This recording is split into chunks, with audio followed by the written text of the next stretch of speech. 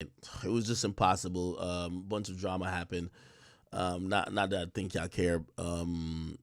But also I happened to do some interviews and some other stuff that just took way longer than I thought it was. Like I had scheduled it for a certain time, like it shit went way over. Anyway, great content is coming towards you guys, and you guys should be expecting that. We will be filming continuously. So I know you guys are used to obviously me streaming, but there's additional content coming and happening. Okay? All right. What's I got going on?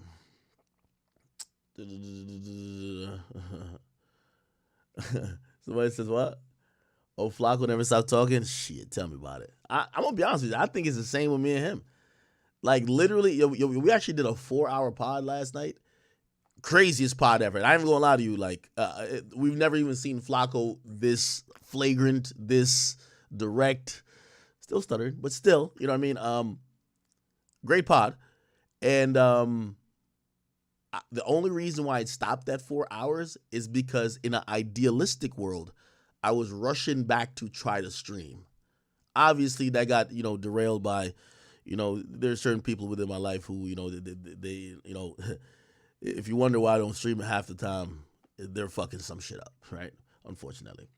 All right, it's all good though. I'm here today.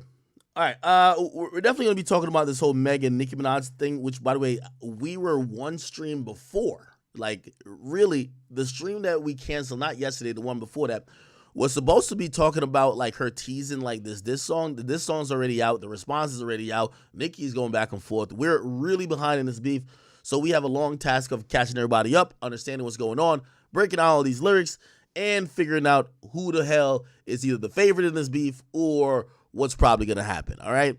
Again, Meg Thee Stallion released a diss track, which she was, pretty much aiming at a lot of people, but two people in specifically, mainly Nicki Minaj, and there were some bars clearly aimed at Drake. We're going to get into all that. What else is going on? What else is going on?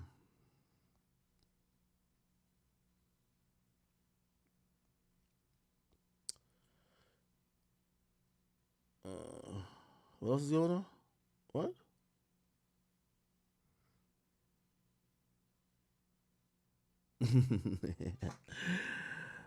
Oh, there's an echo? How's an echo? Is there still an echo?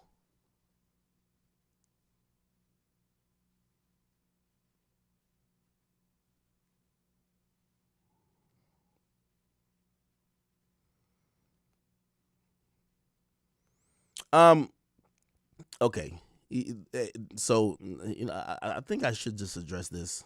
Um, I hate addressing things like this because I feel like it only like it doesn't even hit the blip on the radar till I talk about it. So it's always like me to talk about it.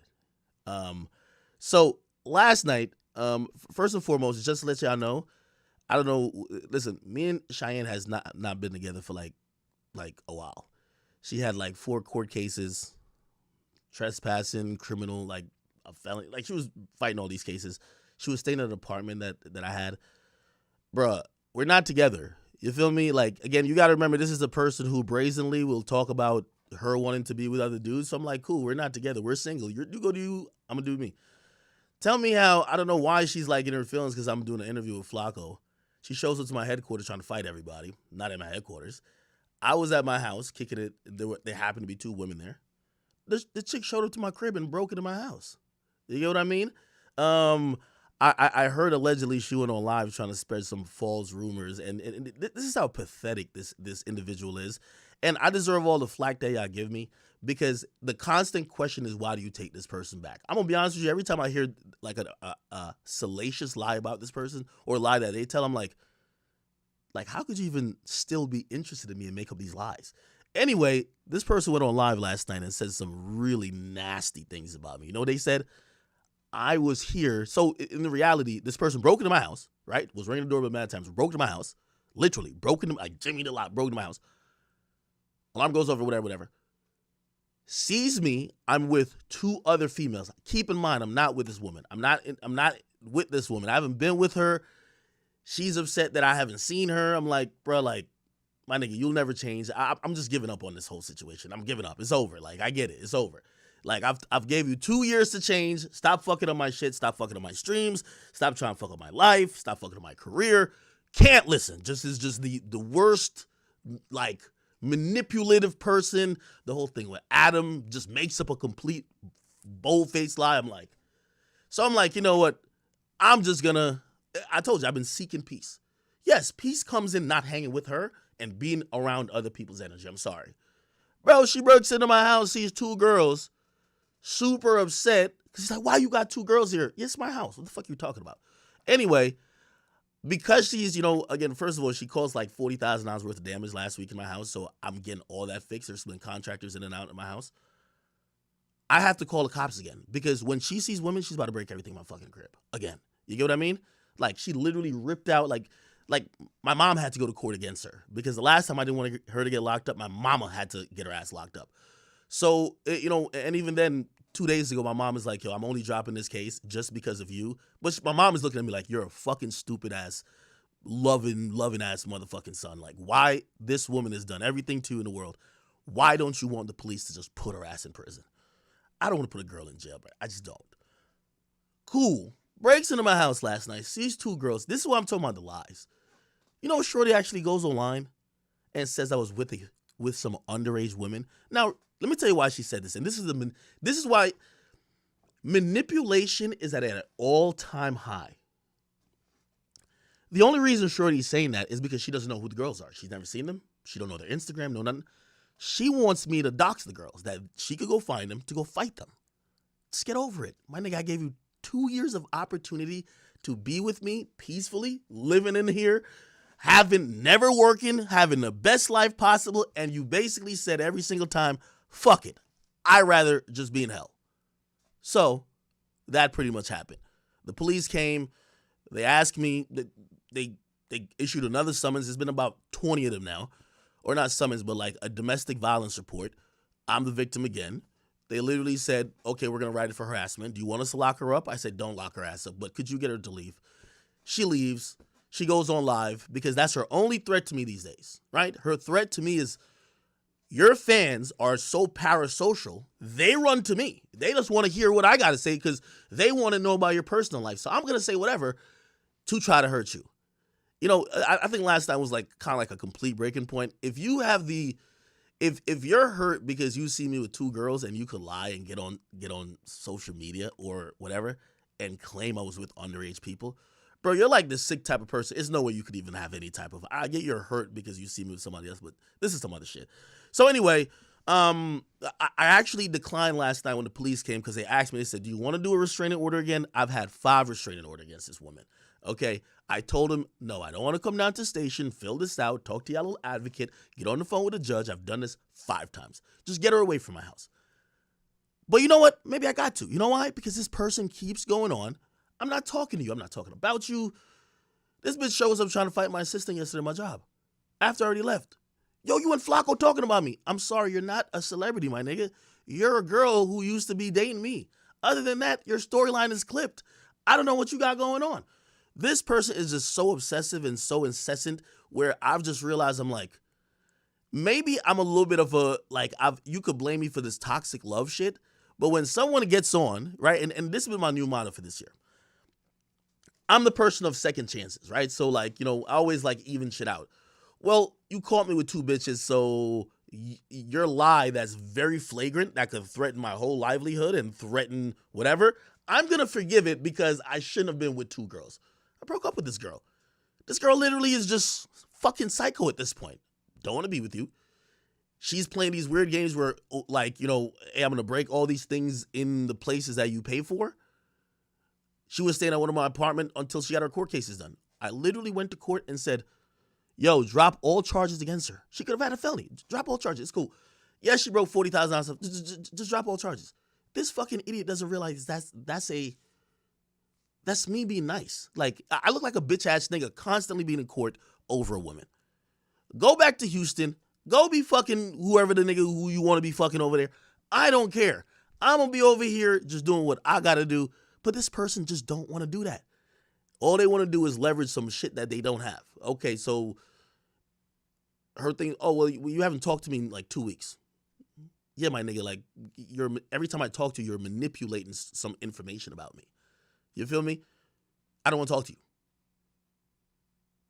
Then this person shows up to my house. So again, really, I'm just giving you a heads up. Like even last night, I promise you, I'm sitting here right about to go stream.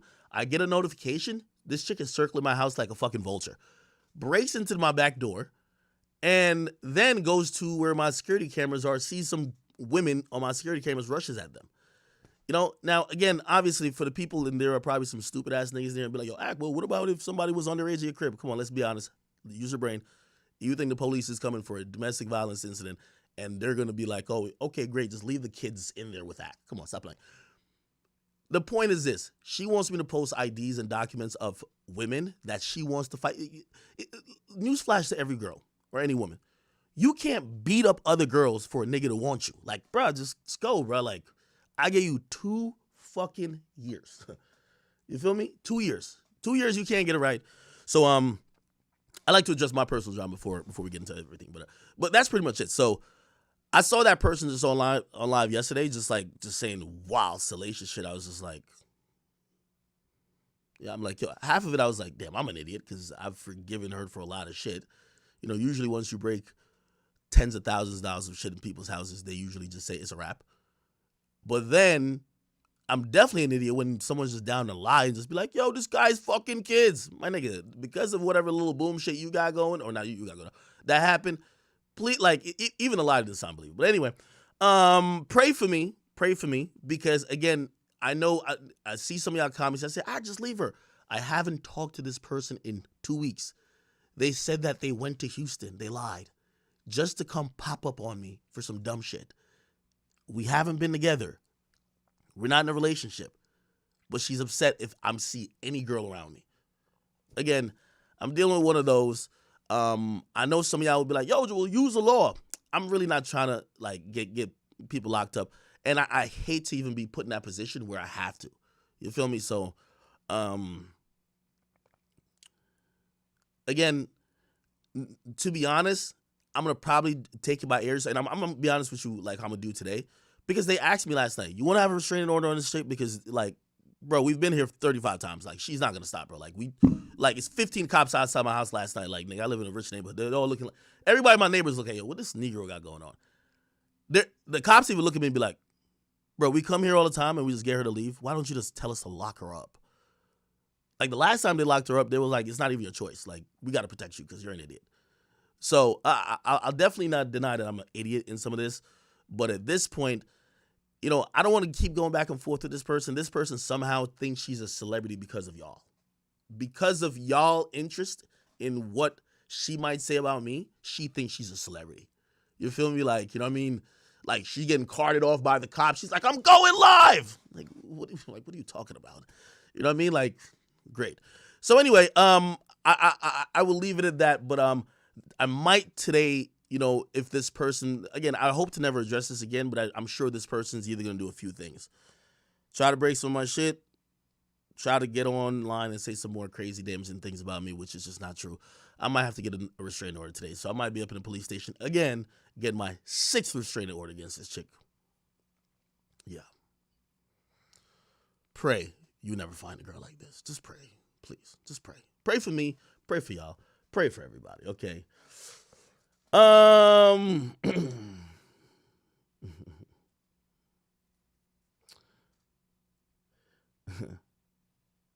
Somebody said, it's because of you? No, there's accountability for being there. I ain't gonna lie to you. Somebody said, you gonna dress it every... No, well, I mean, I think sometimes y'all wonder why... I try to be a little bit transparent about why I don't stream, because I know y'all be getting mad at me recently about the not streaming shit. And there's times I'm playing Fortnite, or maybe times I'm gambling. Last night, like, I ended the interview with Flacco, and I rushed home to stream, and this motherfucker just shows up doing dumb shit. All right, bro. Yeah, I'll leave it there.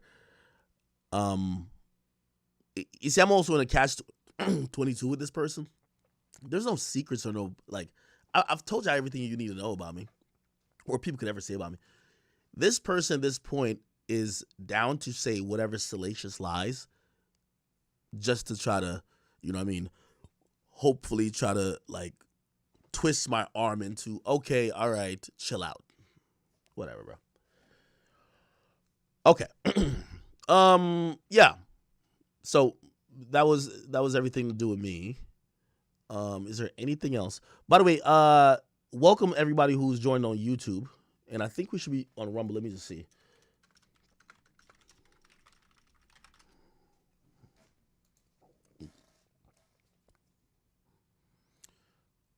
Somebody said what? You know, a lot of it's me being like play this. Like this person actually thinks like she's like the star. Like she's like, yo, why would you do an interview with my op? Your op? Who's your op? Flacco's my op. We can never work with him. What? Sounds psychotic. All right. All right. What was I gonna bring up?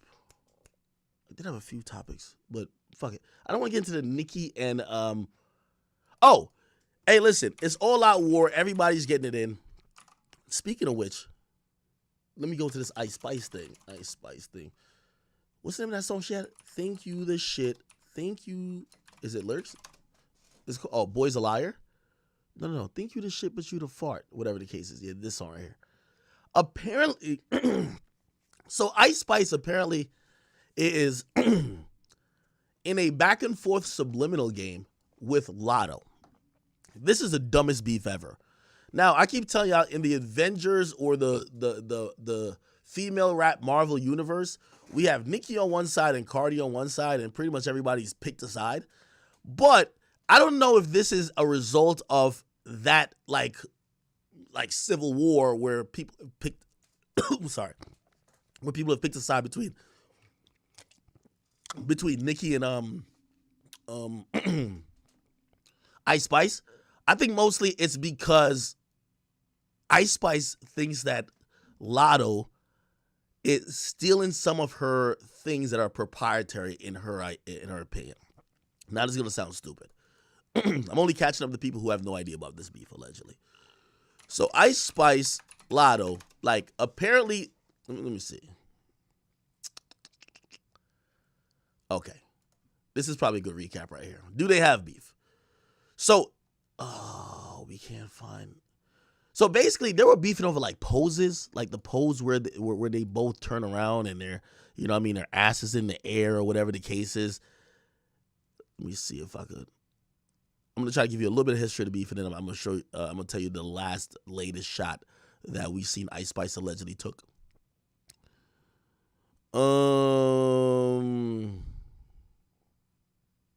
Where is it? Is it this? Okay. I can't get it though. So basically, like, let me see. Okay, so the last question. It's how can I lose if I'm already chose? Chose. Like. You looking at me? Somebody help me. Anybody?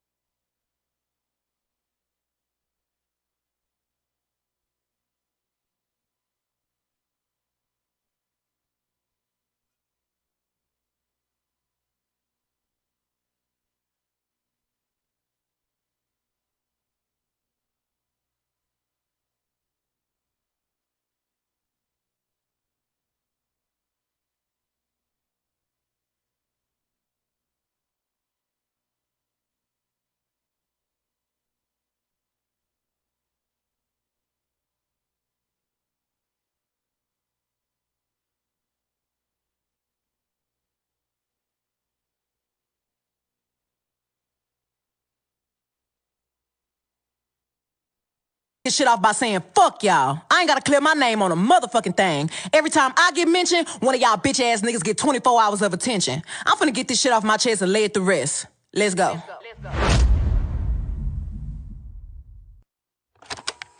I just wanna kick this shit off by saying fuck y'all. I ain't gotta clear my name on a motherfucking thing. Wait, did I get muted for the whole thing?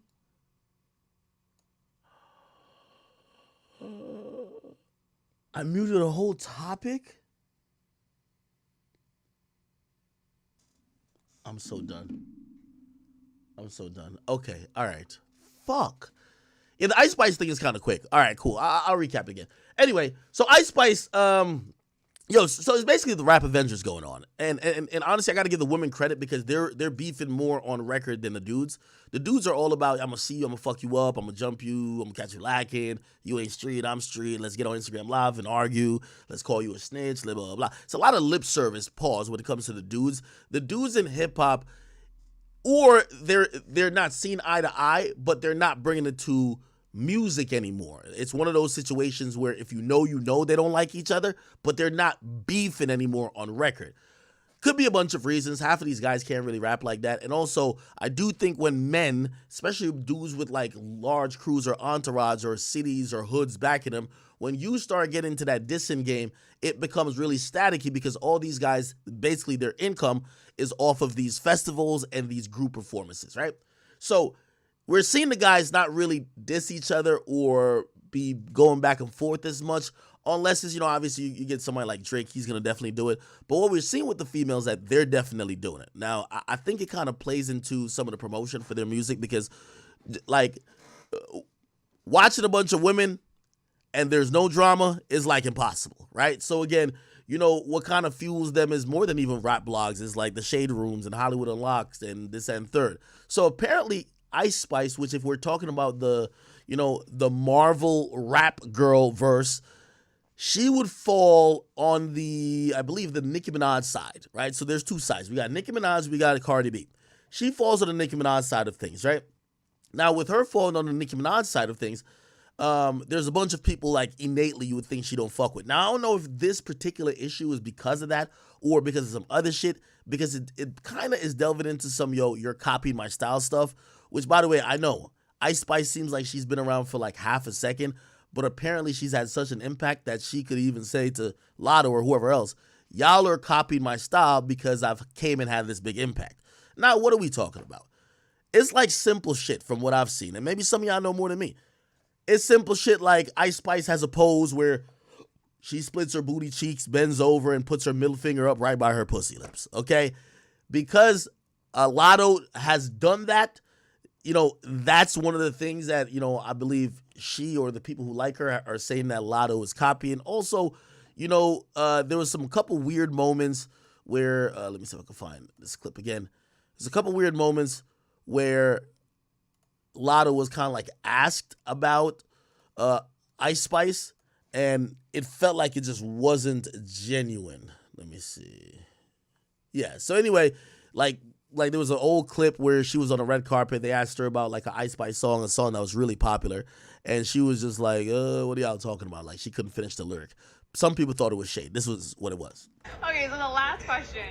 It's, how can I lose if I'm already chose? Chose. Like. You looking at me? Somebody help me. Anybody? Dang, she beat me. Okay, she got you. But you.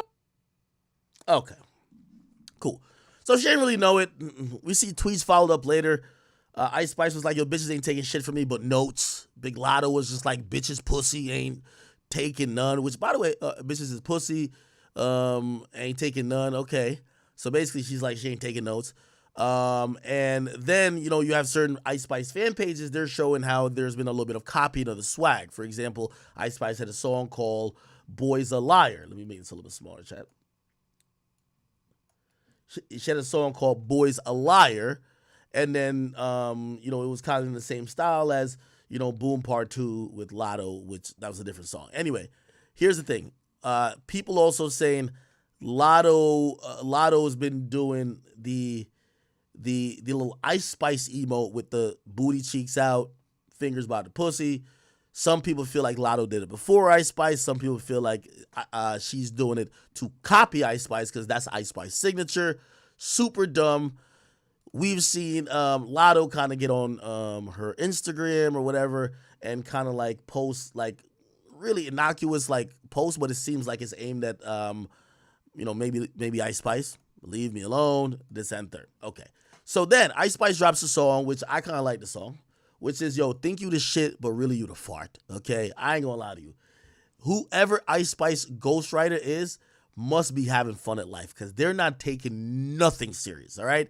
If the opening bar is think you the shit, bitch, you not even a fart. Come on. Like, you know what I mean? Now, here's the thing with Ice Spice I'll definitely give her credit for. We don't expect high-level lyricism from her, but we expect like these little, either not necessarily clever, but these like fun bars, these fun bars that are repeatable. And even though I think this is a trash bar, think you the shit, bitch, you not even the fart. Like, I think it's just a trash bar. The beat dips out. That's how she opens the song. It's memorable enough, so it's going to do the job of whatever she wanted to do, which is probably, hey, you want to have a catchy song. Let me tell you the goal of Ice Spice. If you ask me, and I've talked to her people over, that is at a record label, you probably won't see an Ice Spice project for some time if you ask me. Like, Ice Spice's meta, like her way to win is simple. Let's make a catchy song every couple months, keep the club popping, keep the hype and the hoopla going, and maybe at a point it will get to where it's abundantly clear she should drop an album, but she's not doing the normal rookie mistake these days. We're in an almost post-album time because most songs are popping off on TikTok. So what usually happens is once you get one hot song, the label says, yo, put that hot song on an album and drop the album. Now, what that usually does, because that album usually kind of flops, is that it kills the mystique on how hot somebody is. A lot of rap is building up this mystique and building up this like fake illusion that somebody's hotter than they are, right? Like, based on what you've seen about Ice Spice, you're like, damn, she's on fire. You would think Ice Spice like could go on tour and sell some crazy amount of tickets. That's probably not true, right? But the facade and what the image is gives you that feeling, which what does that do? Her songs are going to keep doing good, but they can't break that fucking facade. You know how you break that facade? You drop an album, you're not going to do even Meg numbers, and you ain't doing Nicki Minaj numbers, okay? It looks like you're neck to neck with Nicki when you're just dropping singles and Nicki was dropping singles, right? You see, that's why Nicki fucked up the game. She dropped her album, and everybody's scared to drop an album because nobody wants those numbers for first week, right? So Nicki actually has real fans, put 10, 15 years dedicated to the craft and in the shit, and that's why all of this is happening, all right? So, yeah. So basically she had a line that I believe that was going at Lotto, and the line was, let me see, where is it at? It's verse 2. It says, his bitch at home playing dress up. She must have thought she, my bad, goddamn. I'm gonna drink some. I might legit need some water. I'm over here drinking like Diet Coke with liquor in it. His bitch at home playing dress up. She must have thought she could catch up. I got my foot on their necks. I can't let up. She all on the floor. Told her to get up. She my son, but I ain't her mammy. Bitches can't stand me. Eat through my panties. Okay? Now the relevant bars here are, I got my foot on their necks. Can't let up. She all on the floor. Told her to get up. Now, Lotto has a very popular song, which everybody knows, called Put It on the Floor. Okay?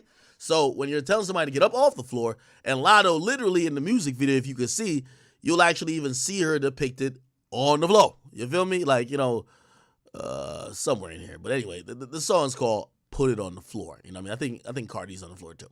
Anyway, regardless, it's not even like, it's a figure of speech more than it is like you're actually on the floor. Regardless, the line by Ice Spice seems to play off of that. And that line is exactly why people are like, yo, you're dissing Lotto. Now, here's what I think about this. First of all, I think Ice Spice is very cool and cute at throwing stones and hiding her hands. Ice Spice is what? Ice Spice is who Ruby Rose should have been if she didn't come off too masculine, even with her first song, Big Mouth. She was just too masculine. Like, you're dumb attractive already. Just be there, be cute, and just kind of like don't get in the way. And people always excuse you like you're some angel, right? Like people look at Ice Spice like, no, Ice Spice is not really. It's just Ice Spice. Like even the name just seems like harmless, right? Obviously with Ruby Rose, she just did the most. So like she burned her chance. But Ice Spice is playing it well. She ain't really dissing nobody directly. She could play dumb when she want to play dumb. Like she gonna be like, oh, wait, Uzi and JT were fighting over me? Like, come on, you know what the fuck was going on. But of course she could play dumb, even though she really has these little tit for tats and back and forth with people, which I ain't gonna lie, super smart, right? Okay, so she drops this line, kind of innocuous, but we know that she's kind of getting at her.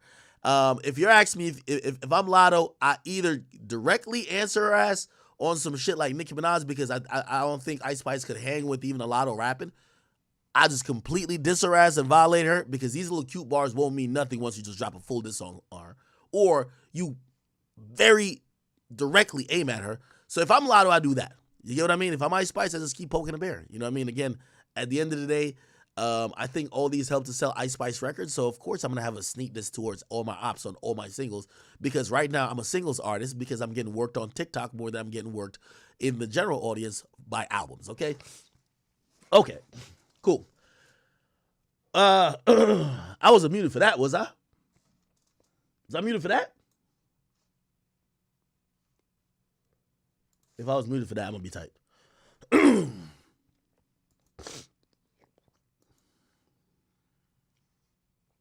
Hold on, let me pull up the chat. Shout out to everybody on Rumble. Okay, we good. I bet. Tesla Picker, I see you in the chat. All right, what up, my nigga? Nay Shada, what's up with you, girl? Thank all y'all for tuning in, by the way. I know it's kind of early. Y'all didn't even get lunch yet, but it's all good.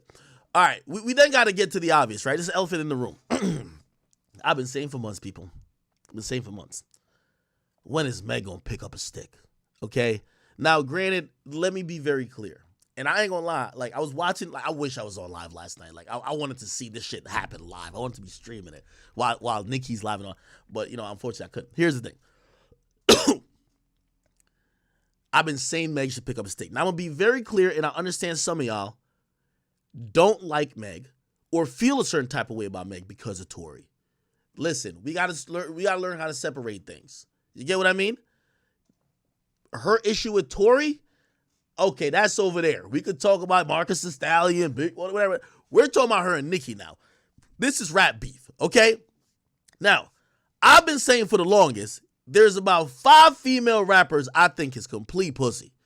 Nicki been dissing them, got nicknames for them, calling them all type of shit outside their name, clowning them, basically every day disrespecting them and playing in their face. And those artists, even if you ask them today in an interview about Nicki, they'll be like, oh, Nicki's the queen. And not saying that they shouldn't give Nicki her flowers, but they've been cosplaying as people that could stand in the ring with Nicki, but they never wanted to stand in the ring with Nicki, if you get what I mean. One of the notorious ones is clearly Meg Thee Stallion. Been telling Meg, I said, listen, if you of any of these female rappers, I think you got a little bit of rapping ability. And I'm not saying you rap better than Nicki, but you could at least try to spar, okay? Try to see if you can hang. Also, she's calling you Bigfoot, alcoholic, disrespecting everything about you. When are you going to go pick up a stick? Now, I'm going to be honest with you. I was pleasantly surprised. Very pleasantly surprised when I seen that Meg intended to pick up a stick. Okay? Now, granted, we all know she was going to come back and have like this big like fuck you to everybody who like played with her type shit. All great, cool. But when she finally acknowledged some of the people who've been dissing her, especially like Nicki Minaj, I was shocked because I just thought Meg was too pussy for that. I'm going to be honest with you. So I got to give her credit. Anyway, she teased a song. The song was called Hiss, and this was what was teased, which was the intro. Here we go. I just want to kick this shit off by saying, fuck y'all. I ain't got to clear my name on a motherfucking thing. Every time I get mentioned, one of y'all bitch-ass niggas get 24 hours of attention. I'm finna get this shit off my chest and lay it to rest. Let's go. Okay. So that was the intro. Obviously, I would love to play the entire song. I have very very stark criticism of pretty much the entire song in terms of what she's saying, sometimes her flow. One thing I can say about Meg, what comes across to me about Meg is that Meg isn't one of these women. Like maybe Meg has used a ghostwriter. I've heard. I don't know, or maybe she's got. Let's just say gotten help at times. One thing I do know is I know when Meg is writing, and you know why? Because Meg writes the same way every time she writes, and there will be certain shit that's like, oh, that's fire, but then she writes more in freestyle format. If you've ever seen her freestyles, she writes more in that format than she writes in. It's very noticeable, I guess I should say, right? So, for example, this song, I ain't gonna lie to you, I actually believe that she definitely wrote this, right? So, again, unfortunately, when we talk about some of these rappers, we do got to talk about, do we think they wrote it? Because, like, if we see Carisha come out with a diss song, goddamn well she ain't put pen to paper, a typewriter to motherfucking white paper. She ain't do a motherfucking thing. She is just struggling to read that bitch. So, we do got to talk about that in certain artists. Now, here's the thing. Overall, as a song, I thought it worked, right? It's not the best diss song, but it basically did what she needed to do. Yo, y'all been victimizing me for all this time. Y'all been playing on my name. Some of y'all still on that Tory shit, man. Fuck all y'all. And matter of fact, you know what? Rather than y'all keep shaming me about me being a whore, I'm going to own up to it, and I'm just going to try to flip it in a way that's tolerable for my audience, right? Like, she tried to, I can pull up the lyrics here. Again, I would play the whole thing, but I can't because there's copyright issues and we're on YouTube right now. So let's do Meg Thee Stallion, his lyrics. Okay. So let me read some lyrics, and I know I'm not going to probably do it in her voice or maybe her intonation or her cadence, but we're going to try. So this is the intro right here. Who's this beat maker? Bankroll got it. We got to see who that is, all right? It says, I feel like Mariah Carey got these niggas so obsessed, my pussy so famous, might get managed by Chris Jenner next. He can't move on, can't let it go. He hooked, nose full of that Tina Snow. And since nigga need Meg help to make money, bitch come be my hoe. All of you bitches is weak on the Bible. Talking shit from where no one can find you. I can never be judged by a bitch that was dancing, making R. Kelly go viral. Who's that? Ooh.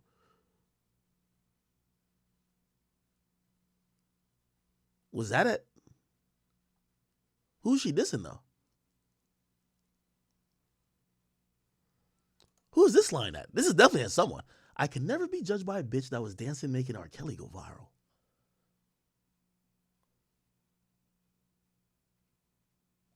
Somebody said, oh, that's to Nicki. Oh, it's that play off the husband thing. Got you. Somebody said, hey, I'm sexy as fuck and I'm freaky. Get whoever I want, eeny, meeny. Now, this is going to be a hard sell for Meg. Meg has to somehow take this industry-wide assumption and label of her being a whore, right? And try to make it, try to take the power in it to say, yeah, I fuck a lot of people, but it's because I want to fuck them. I don't know if that will play well, but she's trying. She says, why the fuck would I stay with a nigga that's weak in the sheets and don't know how to please me? Bodies on bodies on bodies on bodies. I'm going to be honest with you. This is a very horrible way on selling. It's cool to be a whore. You know what I mean? Like, this is a horrible way. Like, bodies on bodies on bodies on bodies. That just sounds like an STD. Whoa. Says, say he fucked Megan. Now he the topic. These niggas think they lowered the value. All this free promo, I'm turning a profit. Hate when niggas be kissing and telling. Say he a player, but he in his feelings. But I won't give up the pussy again. Shit should have gave it to his friend. These hoes don't be mad at Megan. These hoes be mad at Megan's Law. I don't know what the problem is. I don't really know what the problem is, but I guarantee y'all don't want me to start. Now, this line is a clear disrespect and, it's a jugular shot to Nicki Minaj. We're going to see where this thing really turned into a whole, Nicki Minaj was unhinged after that. Now, just to let you know, Megan's Law is a federal law in the United States. It requires law enforcement to make information available to the public regarding sexual offenders. So if you have been convicted of a sexual crime, according to Megan's Law, you're going to have to register. And when you register via Megan's Law, your whereabouts or where you're living has to be open and known to everybody in that community for their safety of their kids, okay, and themselves as well, right? It says this is likely a shot. Okay, cool. Now this is Kenneth Petty's. This is his California Megan Law's website, and you know, remember he at first he was actually either locked back up or he had got brought back to court because Nicki Minaj bought a house, and even though she's his husband, it doesn't absolve him from his past transgressions or what he pled guilty to. He didn't register and he got in trouble for it. And then, you know, he did the whole thing with Offset. And I think he's still on like a house arrest, maybe. However, he has to register. And unfortunately, this is one of the reasons why Nicki Minaj's address keep getting doxxed. Because unless his permanent residence doesn't happen to be one that is Nicki Minaj, there has to list a address there. Now, you can't really cheat the system. This is not like, yo, going to school in a different district. Like, if he has an address that he doesn't stay at primarily, he could get in trouble for that too. So he has to be truthful about it. I think later on he did register at the new address which he shares with Nicki. Anyway, let's keep going. It says, I don't really know what the problem is, but I guarantee y'all want me to start. Said, bitch, you a pussy. Never finna check me. Every chance you get, bet your weak ass won't address me. Whoa. Oh my God. Jesus. Now, this is a very ironic and is an ironic line. Nicki Minaj did a lot of addressing last night, and Meg did not respond back. No, Nicki did a lot of addressing. You didn't respond afterwards. Anyway, said bitches swear they G, but the G must stand for goofy. When the fuck did all the gangster niggas turn to groupies? Everybody want to kick it when you ain't a threat. These niggas don't like me because they know I'm on their neck, okay? It says, y'all goofy assholes look so dumb every time y'all celebrate fake news. Ha, using my name for likes and views. I don't give a fuck what y'all make trend. Bitch, I still win. Then she says, nigga, you ain't here? I ain't scared of dick. Any man go against me, I handle shit. Jesus Christ. I'm Teflon Don in the courtroom, yeah. They be throwing that dirt. Don't shit stick. All these little rap niggas so fraud. Xanax be they hardest bars. These niggas hate on BBLs walking around with the same scars. Real curvy, no edging. Niggas fight to get in my section. Don't speak on my body count if the dick ain't work coming back for seconds. Cosplay gangsters, fake ass accents, posted in another nigga hood like a bad bitch. Says, I'm a big dog, bitch. Can't little sits me. Hoes get views when they try to diss me. Make one move, got him in a tizzy. Killing shit, that's why they trying to rip me. Still going hard with the odds against me. These niggas don't have fans, they bots. These bitches don't have ass, they shots. That's interesting. Does Meg have surgery? Or am I tripping? Does Meg have surgery? And by the way, I'm going to go back up to those lines that clearly were meant. I'm going to go back to those lines that were clearly meant for Drake, right? Like, for example, these lines, which, by the way, you know, Drake had a line. Drake diss Meg. He had a line called, on her loss. He had a line where he says, where was the line? He says, it was on Circle Loco. He raps, this bitch lied about getting shots, but she's still a stallion, right? You obviously know Meg the Stallion, blah, blah. Meg did get on Instagram and said, yo, stop using my shooting for clout, bitch ass niggas. Since when the fuck is it cool to joke about a woman getting shot? You niggas, especially rap niggas, are lame. Ready to boycott about shoes and clothes, but dogpiling a black woman when she say one of y'all homeboys abused her, okay? All right. So this is her response back, I guess, lyrically to Drake. She's saying these niggas hate on BBLs, walking around with the same scars, real curvy, no edging, niggas fight to get in my section. Now, this obvious line here, I don't know necessarily how the front part hate on BBLs. Like, does Drake have a song not liking BBLs? Huh? Even though I think people are saying, well, she's directly responding to the line Drake did, where Drake says, this bitch lie about getting shots. I don't know if Drake has ever hated on BBLs. I think Drake like BBLs, BBWs. He like everything with a BB. He might like a BlackBerry. Who knows? So I don't know if Drake has hated on BBLs, but people do attribute this part to Drake, which is hate on BBLs, but walking around with the same scars. Now, it's been long rumored that Drake supposedly went to Dr. Miami, you know what I mean? Like, he had a little gut or something like that. He had that big act pouch, and then he just got that shit carved the fuck up on the table. And I guess people look at it because they're like, yo, this nigga don't even look normal. Like, you know what I mean? Again, I don't know. I don't want to, like, as much as I like Drake, I don't want to be the guy who's watching how his body is sculpted. I'm good. But we've heard Joe Budden before in the past rap that about Drake. Joe Budden diss Drake lyrics. Like, you know, it might have been Making a Murderer. Was it Making a Murder? Where Joe Budden, I think he was the first person who ever said it. Let me see. Where is it?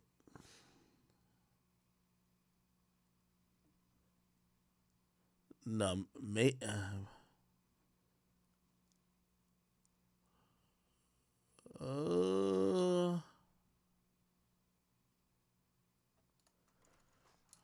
which song was it? Y'all probably know more than me. What song was it? Somebody said His Body, His Choice. Hilarious. His Body, His Choice. No, it's Wake, right? No, it's Wake. It's Wake. Joe Budden Wake lyrics. Okay. Where is it at?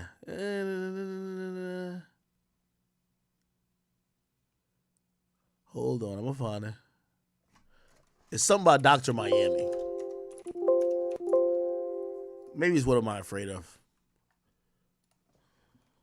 Joe Budden, What Am I Afraid Of? No, it's Afraid. Okay, all right, that's what it's called. Miami? No, what? Is it this?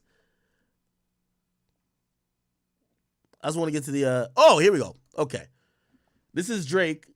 No, this is Joe Budden dissing Drake. Remember, he dropped 3 diss songs at Drake. Drake never really responded. This is after, like, I think either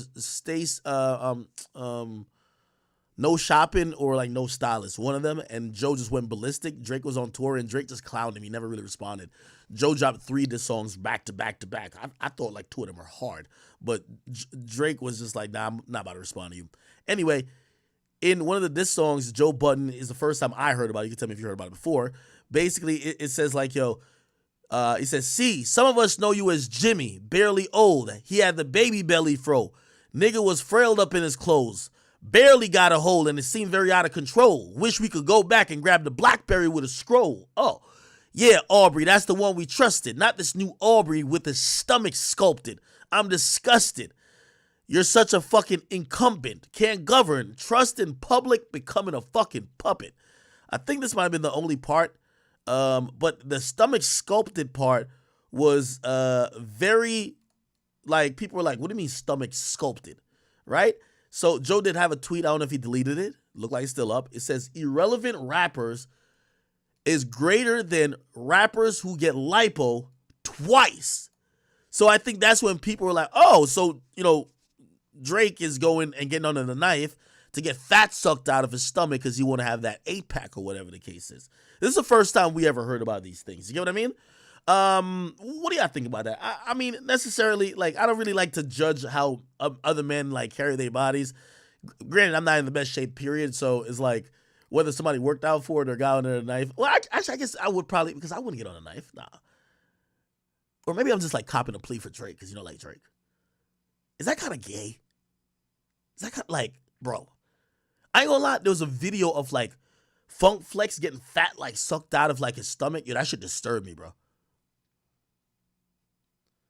Somebody said, y'all calling it a BBL. That's the gay part. Oh, okay. So it's kind of like the Bandman Kevo thing, right? Everybody knows Bandman Kevo. Bandman Kevo. Well, I hate to type BBL, but, like, that's the thing that, you know, is, yeah. Anyway. Oh, shit. Let me see. This was Bandman Kevo's, like, you know what I mean? Like, you know, he got his body done and everything like that. If you're wondering how it looked before they do it, they basically wrote on his stomach and created this, and then they gave him the surgery. But he said it's not a BBL. He got ab and waist liposuction, and I think they might have, like, pushed fat or some of the fat into creating a pectoral region. I don't know exactly what happened, but he did tell me about. By the way, I ain't gonna lie. Bandman Kevin offered me. He said, "Ack, I want to pay for you and like 2 other celebrities to get their body done." And I keep telling you, I'm so pussy. First of all, I'm scared of needles, but second of all, imagine like I have these horror stories. God rest Donda West, which is Kanye West's mom. Imagine dying on a motherfucking Dr. Miami cold metal table where they're just fucking stabbing shit into you just to suck out some fat. Okay, listen, people call me fat online. I'll deal with that more than trying to change my body by getting a bunch of shit put. I don't know, bro. Somebody said Moneybag Yo got it. Moneybag Yo, yeah. No, honestly, I wouldn't do that, bro. I'm really scared that I don't even think I'm that opposed to the surgery necessarily. I just think that I'm like the 1%. I try this shit, I'm dead. You get what I mean? Been trying to work on a little bit of diet recently. Again, for me, the more healthier lifestyle I live, I won't be doing late night stress eating type shit. And hopefully, I lose weight. But, again, I am still on the mission of trying to create a good energy around me, which hopefully will lead to some weight loss, right? Somebody says Drake got a fat transfer. Now, here's the difference. A liposuction, and I don't know if there's any chat queens in here who have got this procedure, because I feel like it's almost common now. Like, women are getting like either these fat transfers, which a fat transfer normally is a fat transfer usually into your butt is a BBL. So usually they'll take it from your sides or other fatty regions on your body, maybe your inner thighs, and they'll put it in the buttocks. And that's what a BBL is. Now, here's the thing. Maybe this is why they were calling what Bandman Kevo did a BBL, because I do think they took fat from certain places and may have put it somewhere in his pecs or somewhere they allocated it somewhere. So people are calling any fat transfer a BBL, which I don't think technically that's right. But people are looking at it like, yo, as a dude, you shouldn't be getting fat transfer. That just sounds kind of moist, right? Drake getting it done twice. Like, I'm gonna be honest with you, I have like a telltale sign. I got like a telltale sign of when I know a nigga done got, for lack of a better term, I'm gonna call it the BBL surgery. Anytime one of these niggas who are usually skinny fat get one of these surgeries, they're in the gym acting like they're LeBron James, nigga. They're acting like they've been working out every day. Like, they always start showing you them in the gym. Like, I know exactly when Moneybag Yo got it, because Moneybag Yo was acting like, yo, he was in the gym every day. You know what I mean? This nigga was in the gym like, yeah, I got time today. This nigga was like, lift his it was like 20 on each side. I'm like, yo, cut the malarkey. Look, Moneybag Yo, gym. Somebody said Kevo looks, I ain't gonna lie, Kevo definitely walked in and said, yo, I want the action figure look. Well, women like this look, right? Somebody said abs are muscles, so fat wouldn't help with that. I think women like this, action figure look. Let me see. This is hilarious. Moneybag Yo shows off his gym gains.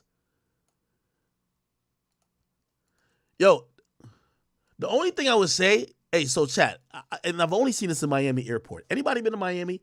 Yo, when you're going through Miami TSA, especially on that Monday, because they usually go either Monday or sometimes on a Friday.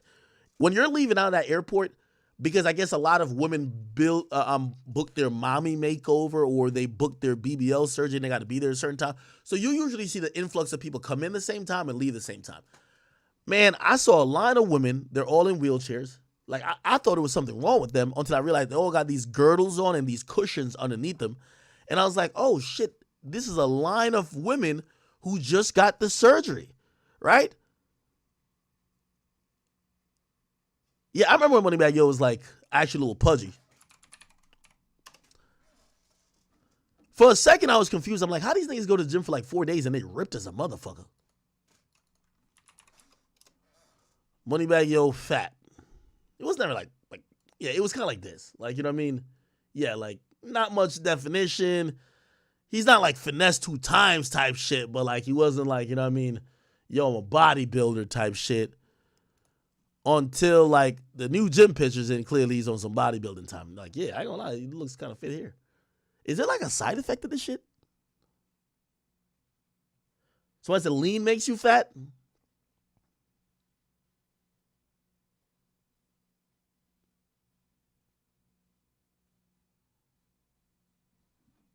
Let's see what he got going. That you must take. You gotta have that mindset that quit. See, that's the thing. A nigga go get a surgery and they got the motivational shit talking about they've been working out forever. You really don't know. You really don't know. Anyway, back to the situation.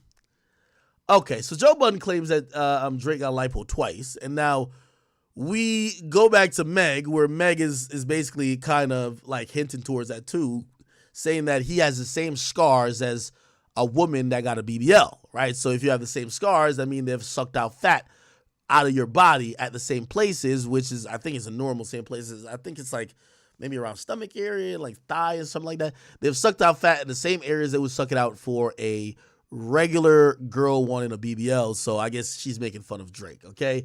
Does Drake look like he's on that shit though? Let me see. Like, pause. Like, we're not looking at Drake like that, but like we're just trying to, try to see if we could verify whatever. I don't know. Maybe Drake is on that shit.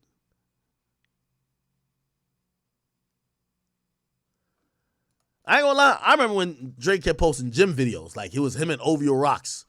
Drake, OVO Rocks. But Drake be playing basketball though, right?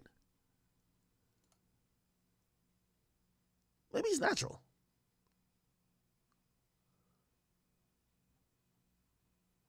This is his trainer here. These have mad workout videos on here. I can't find any right now. These are like boxing videos and all that type of shit. Anyway, all right, whatever. Fuck it. Cool. It's a real curvy, no edging. Niggas fight to get in my section, right? He says, don't speak on my body count if the dick ain't worth coming back for seconds. You see, this is like an odd like way how Meg is trying to get us to like buy into this shit. Like, are we supposed to like give you credit because you're like having one night stands? Like she's trying to make this believable. You know what I mean? She says cosplay gangsters, fake ass accents, posted in another nigga hood like a bad bitch. Now, and she says, where are you from? And I think she's kind of talking about, I don't know if she's kind of also aiming at Jay Prince, but we all know that Drake is a Houstonian, right? And Drake obviously fucks with Jay Prince. Jay Prince, who fucks with her former boss, which is Carl Crawford, 1501. This line seems like it's talking to Drake too. Basically saying, Drake, why are you always in other people's hood? What hood are you from? Now, I've talked to my sources. Drake is from the treacherous hoods in Canada. Like, there's some hoods in Canada y'all should know about. Y'all all know my boy, Top 5. Like, I know some of y'all might think Canada is sweet, but it's not. So, from what I'm hearing, Drake's from one of them, like, you know what I mean? The murder rate is hella high hoods type shit. You feel me? Anyway, then she continues. She says, I'm a big dog, bitch. Can't little sis me. Hoes get views when they trying to diss me. Make one move, got him in a tizzy. Killing shit. That's why they try to rip me. Still going hard with the odds against me. These niggas don't have fans, they bots. These bitches don't have ass, they shots. Now, I thought Meg had ass shots. Or not, like, I thought she had a BBL. Because Meg has been looking pretty good. I did tell you that Meg, I don't know if she got the surgery too, or she was just really working out while Tory was going to jail, and she popped back out, but she been looking really good. Really healthy. And I will say, if she is natural, I got to give her some credit. Man. In the land of the BBLs, when you see a natural woman, you got to say, hey, I salute you. Okay, who the fuck is this? Oh.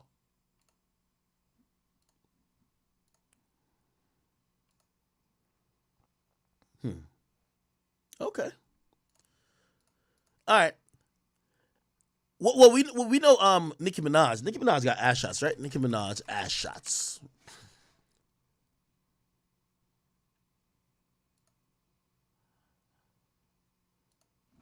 Let me see. Yeah, Nicki. Yeah, I think that's an ass shot right there, right? Like, it looked like she was sitting on the Spalding basketball. Like, yeah. But you know what I mean. You also got to give Nicki a little bit of credit, or give her a little bit of a pass. Nicki came from like old school. Like, I think Nicki allegedly got ass shots before BBL was even probably invented. So, you know what I mean? I don't know if she could take them out and just go BBL, but she already had like some shit going on, right? All right.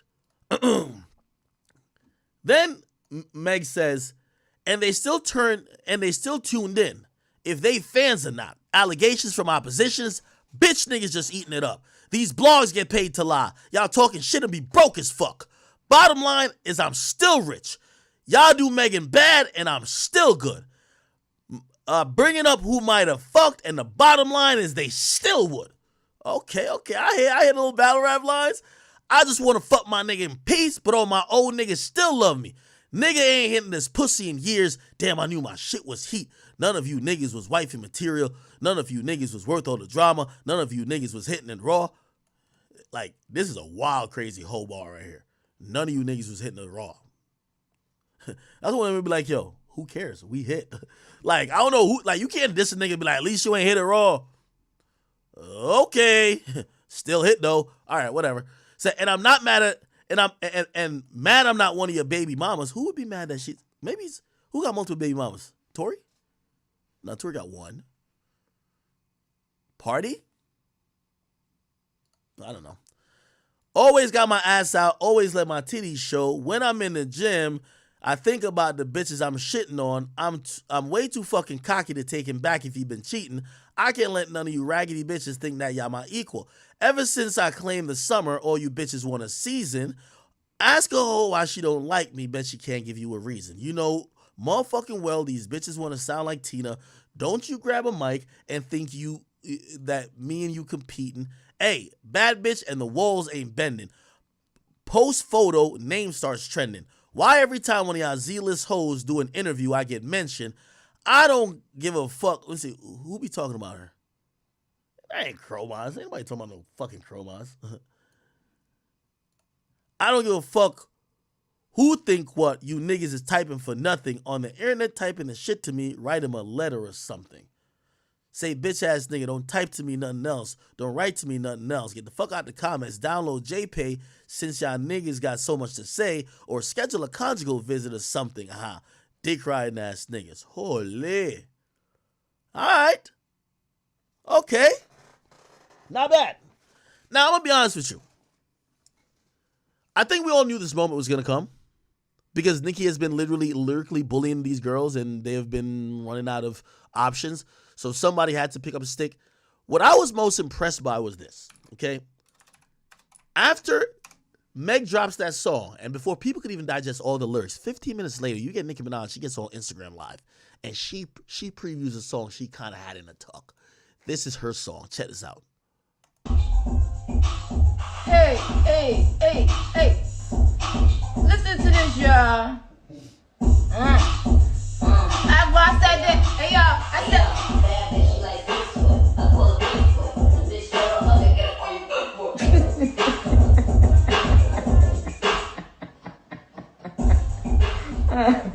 Play it again. I ain't heard you, man. Go right back to that part, right? Basically about like 4 bars, but I ain't gonna lie to you. This is why I say, like, if I'm y'all rappers, I stick to calling her old. I think y'all got to keep hitting her with the husband thingy, even though I think she's kind of figured out a counter to it a little bit, but got to keep hitting her with that. Hit her with the old shit, because I'm gonna just be honest with you. It's clear that Nicki comes from an old school mentality of wanting to get into it lyrically, and you know why I think Nicki's so down to do it. Because here's the thing. Number one, I don't think she want to give clout to none of these other women. But I do believe that Nicki realizes that there isn't a competitor that is down and capable to go toe-to-toe and bar-to-bar with her. That's the problem. You get what I mean? So Nicki Minaj is just literally cyberbullying these girls, and she's just playing around with it.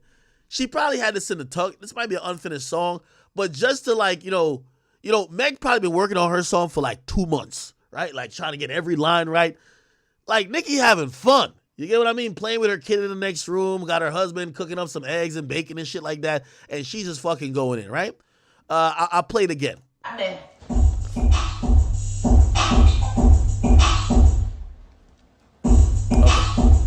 You can tell it's unfinished because you hear the beat without words. Here we go. Hey, hey, hey, hey. Listen to this, y'all. I said that. Hey, y'all. I said.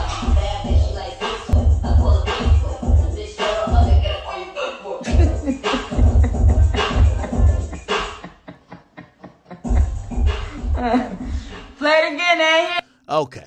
All right.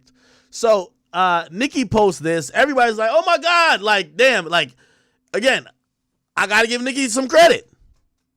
Nicki responded back immediately. Right? What happened afterwards, and by the way, Nicki's on Twitter just having a blast. Like, when she heard Meg's track, she posted this like, yo, what the fuck? You know what I mean? Then you had Meg post this, basically show that she was laughing at what Nicki just posted, right? And then, you know, obviously we talked about the Drake thing already. The next iteration pretty much came down last night. Now, she went on live for a while, and we're going to play that live. But before then, she sent out some interesting tweets. She says, Megan's Law. For a free beat, you could hit Megan Raw. I ain't gonna lie, that's a fire bar.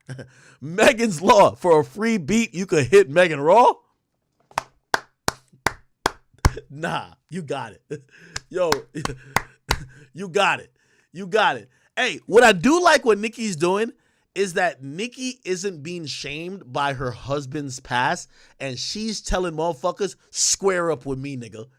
You get what I mean? So again, obviously, if I'm one of these girls, I'm definitely going to use Nicki's husband past against her. But Nicki has found a way to just like, oh, no, I'm not going to bury my head in the sand because that might just be a bad look for my career. All right, whatever. Say whatever about him. I already said my defense about it. This shit's old. Let's talk about you, bitch, right? What I do believe is that nobody could go toe-to-toe with Nicki, just straight bars, and she's banking on that shit. The only way to get at Nicki is call her. I keep telling y'all, like, yo, Meg, I could be an advisor in this beef. I'm probably the only person in hip-hop who could give you the blueprint to beat Nicki Minaj, okay?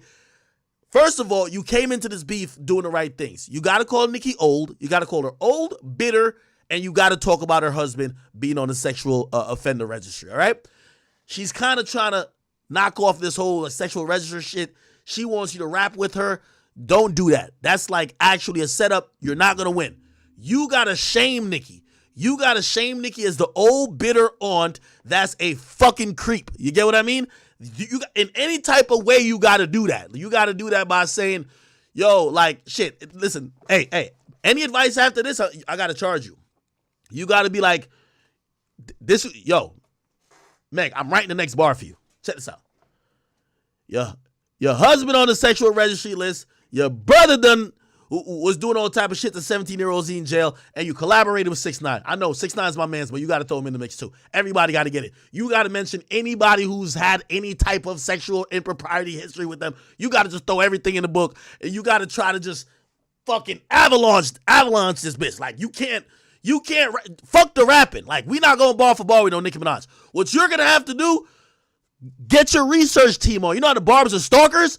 You got to find some shit out that nobody ever found out. You got to expose her or some shit like that. You got to find a lawsuit that she settled. Find something. Like, you got to find some dirt on Nicki. That's the only way you get out of the paint. You can't rap with her. Don't even try. Yeah, what you did was cute, but people already hyped off of her little 4-bar playing around better than yours. You can't rap with the GOAT. Don't try to rap with the GOAT. Try to expose her and try to clown her into the retirement home. That's what you do. Trust me on that, okay? Shame her. Shame her! Okay? Either that or get a ghostwriter. So, you know what I mean? If you want to get a ghostwriter, cool. But, you know what I mean? The ghostwriter later might expose you. Fuck that. Shame her!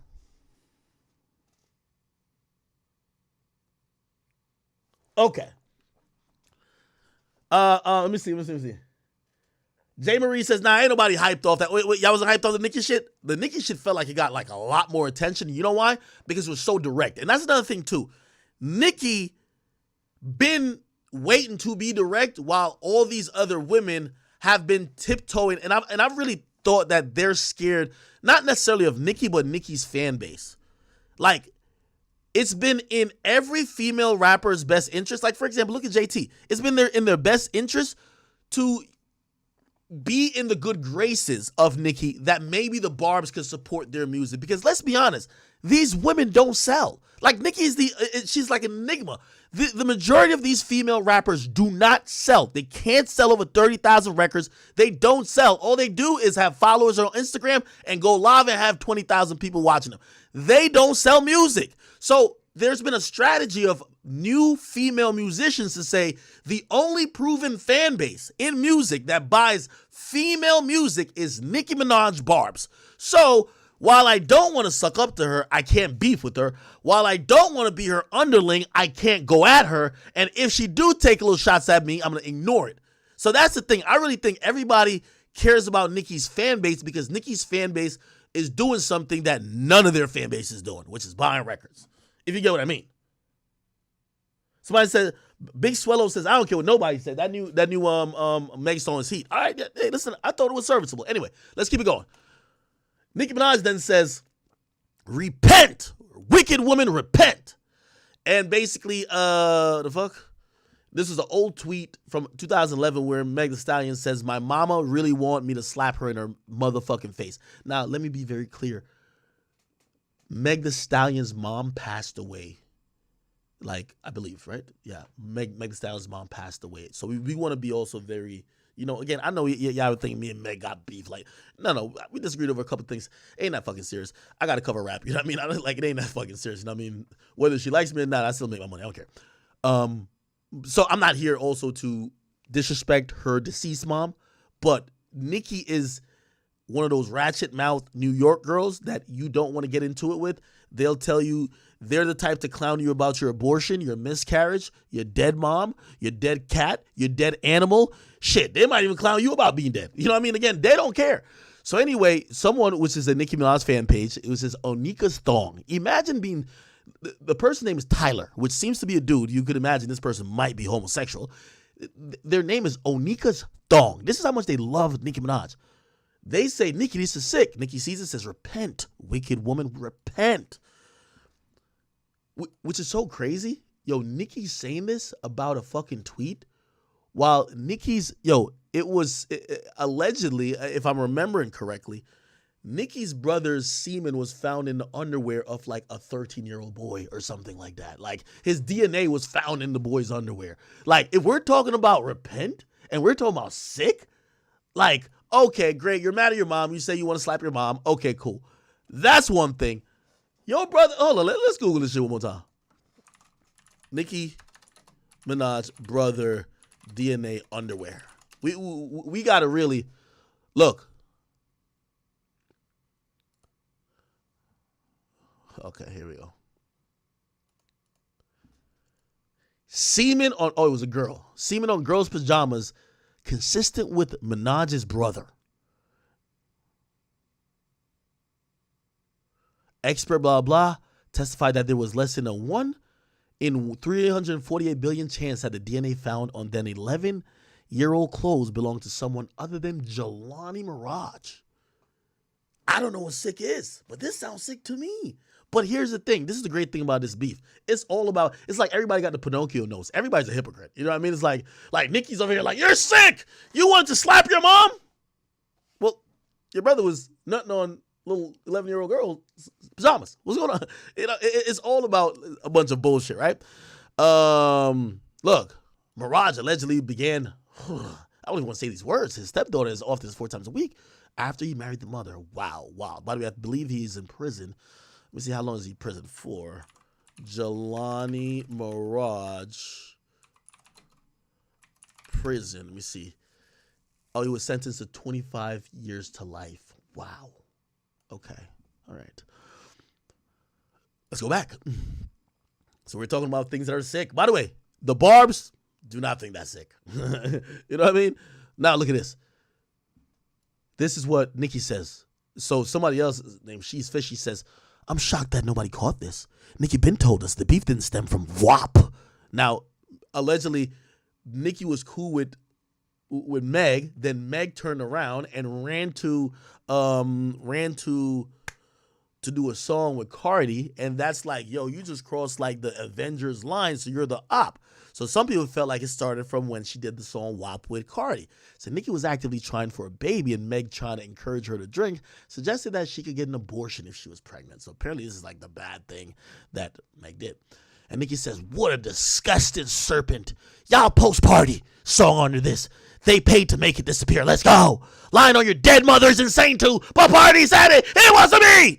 Okay? You got to read it all like, Roman, like how she likes to do. Now, I do have like, let me see. We do have like a little timeline popping off here. Let me see if I can find this shit. Chat, don't we love rap beef, man? Even if it's a little bit moist, it's all good. All right, here's the timeline. Here we go. I got it. Hold on. Don't you go nowhere yet. Don't you go nowhere. I got it.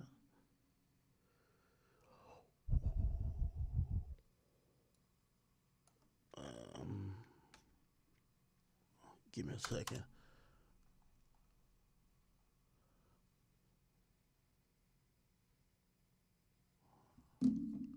Oh.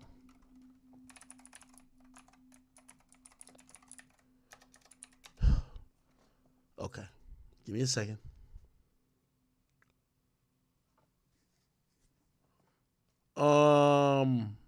Where the fuck could I find this shit at?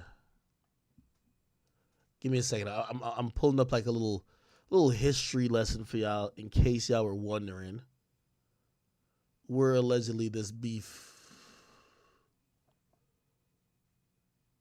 has originated or some of the timeline with it.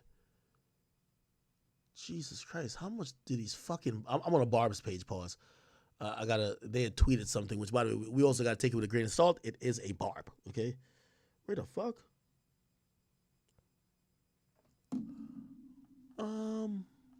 Why can't I find it? Alright, give me... Is it this? Fuck.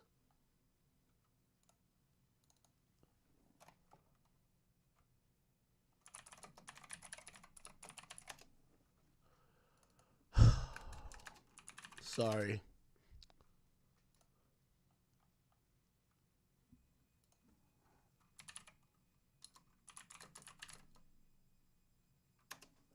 Why can't I find this shit? Hey, can somebody send me that link? There's a link to like all the shots back and forth. Meg Thee Stallion timeline. Give me a second. Oh no. I had a tweet up here, but it looked like it might be deleted because I can't find it anymore. Okay. Or maybe here it is. What the fuck? Okay, give me 1 second.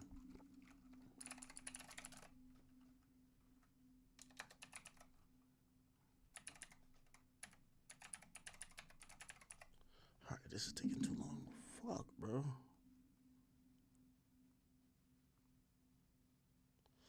Yeah, I'm trying to just make sure y'all understand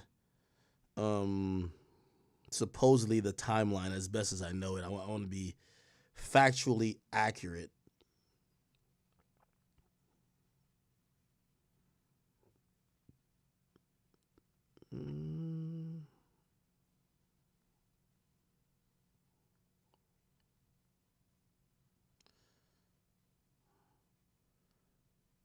Yeah, I apologize. I hate dead air too. Okay.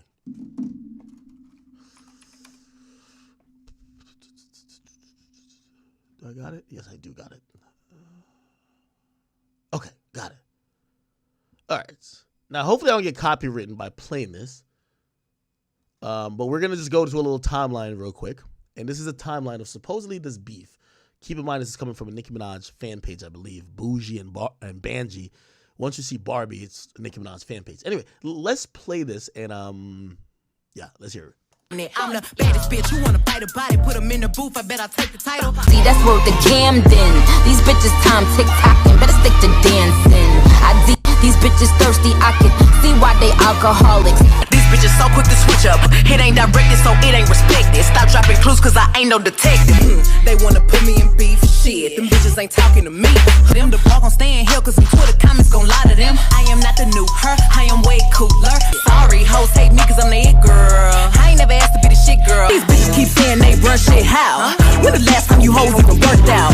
and running your mouth don't count. Messy ass bitch, close the motherfucking app out. Anybody around this bitch keep me score. Grammy nominated pussy bitch, I got 4. Cover at the cover, I'm raw, no rubber. All year round, having hot girl summer. I'm the shit, that's why these hoes pissed. I can spill the tea, but I'm not a messy bitch. And ever since I came out the pussy, I was lit. I knew I was the problem when them hoes thought the diss. Them niggas fucked up when they let me get rich. I started getting money and I got. Alright, I'm trying not to get copywritten, so I can't play the whole thing.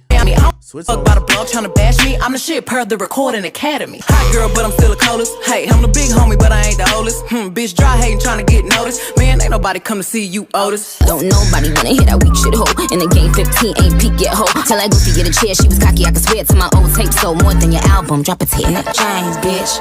These bitches talking that shit and ain't saying my name, and I can't keep just letting it fly. They got a sub, they got a tweet. Outlet talking ain't making me nervous. Feeling yourself, put down them Perkins.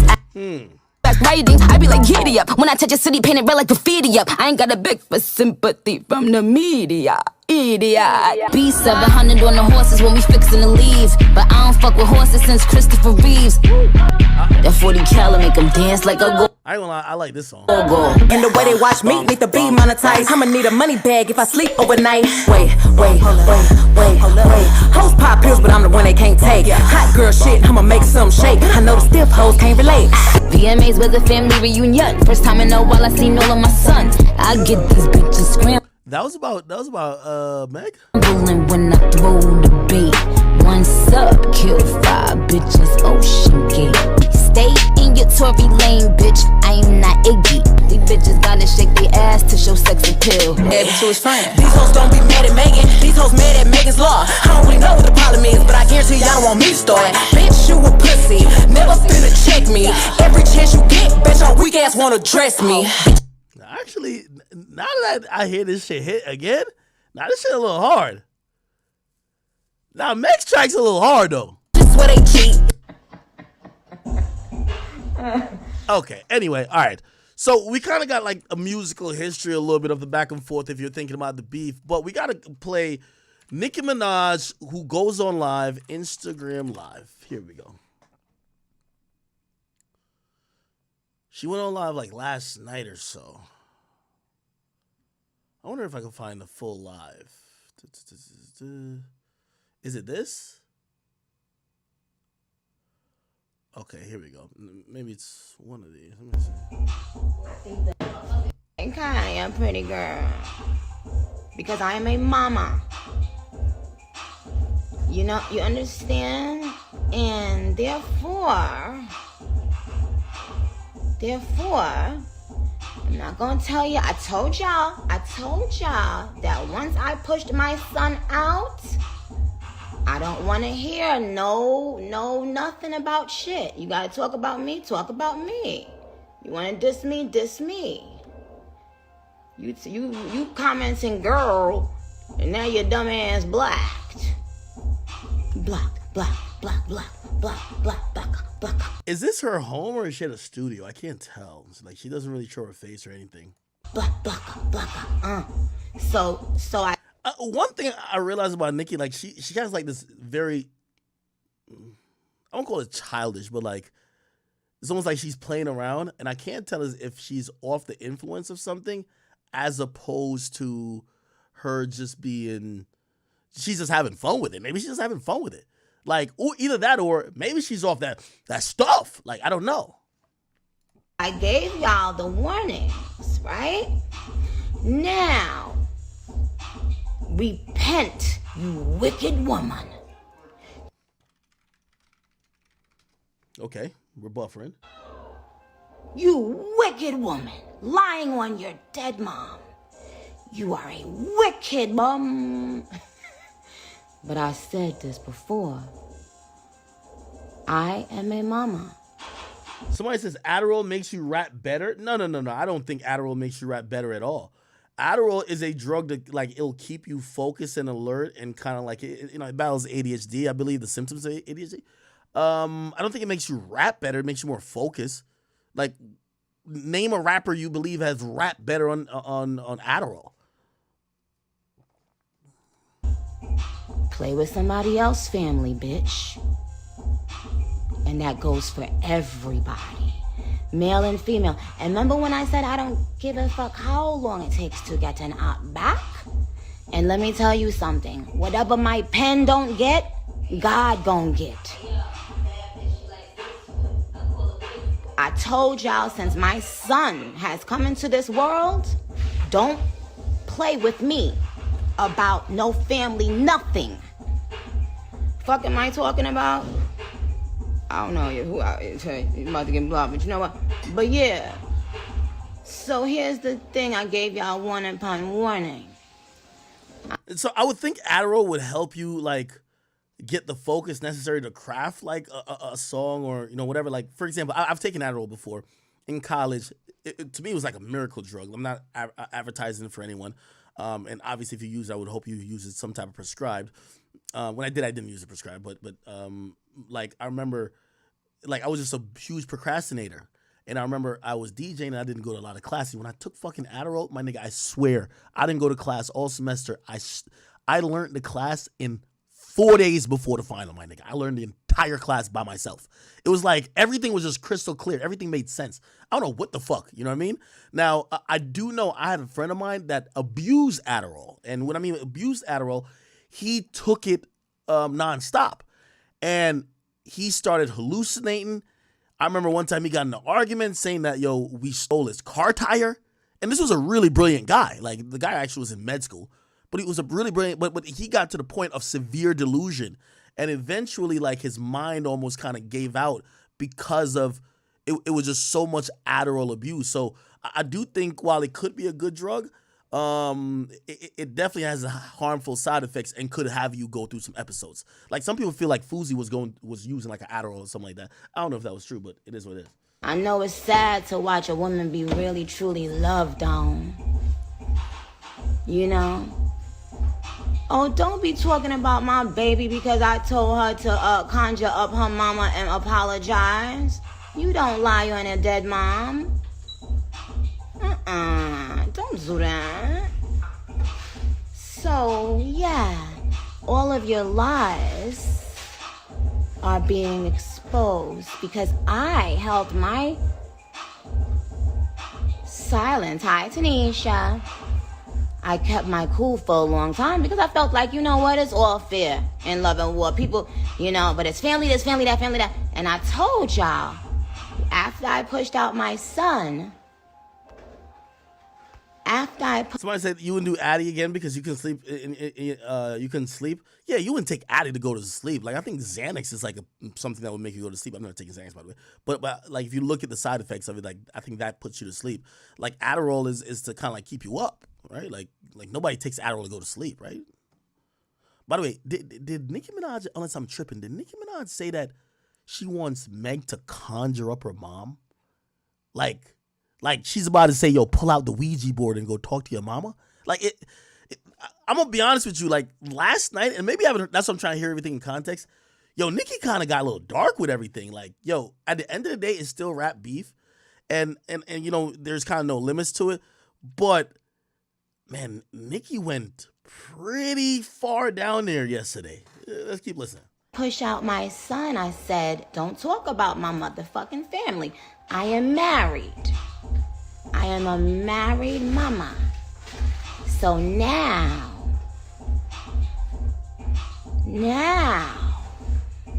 actually, I should have been bumping partisan diss track, cause partisan is the one that you care. Hi, what you want? Why the fuck you not mad at partisan? He spilled all your tea, lying lipo. Y'all asked for Roman, now this is Roman.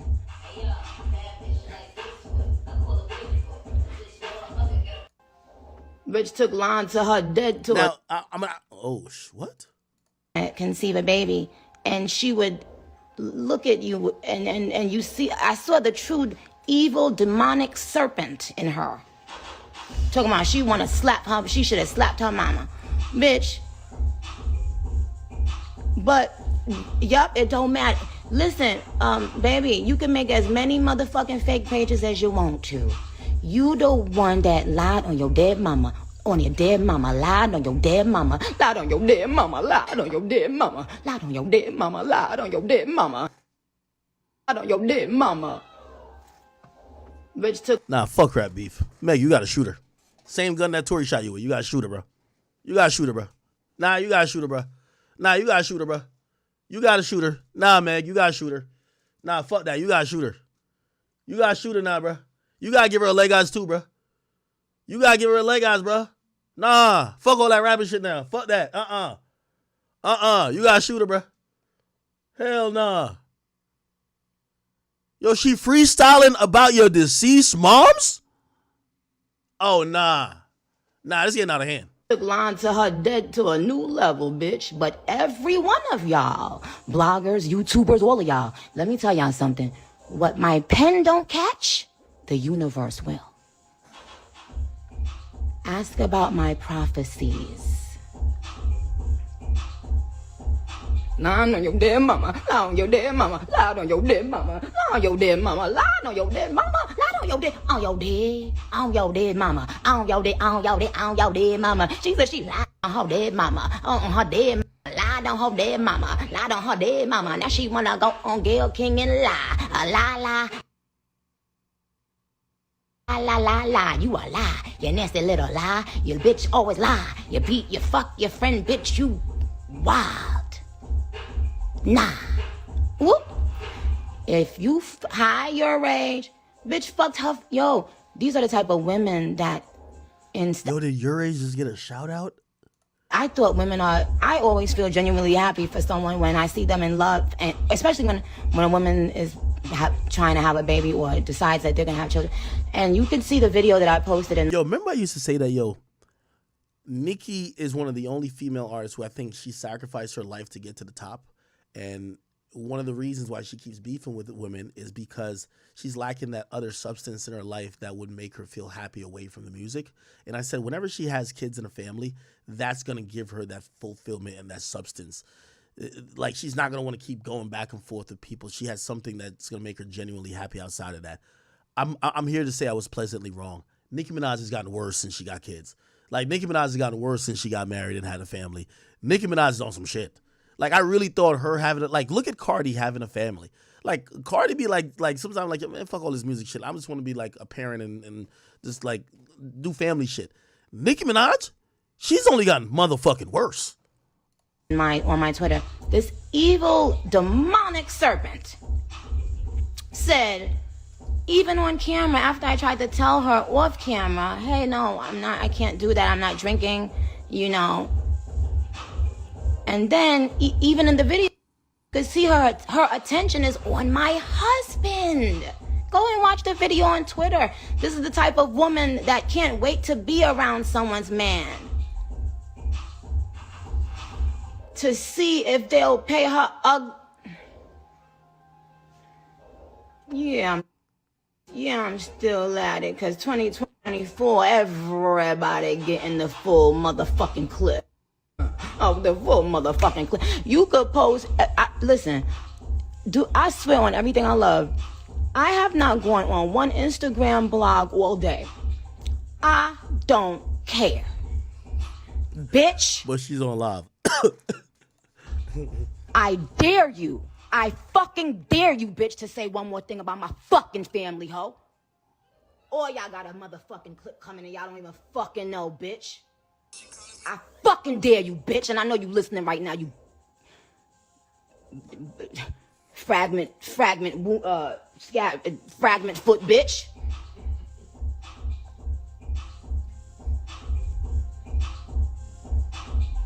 Bullet fragment foot, bitch. Bullet fragment, bitch. She a bullet fragment, bitch. Now listen here, ho. Get up on your good foot. Bitch, I said get up on your good foot, not your bad foot. Fuck was that? A diss or piss?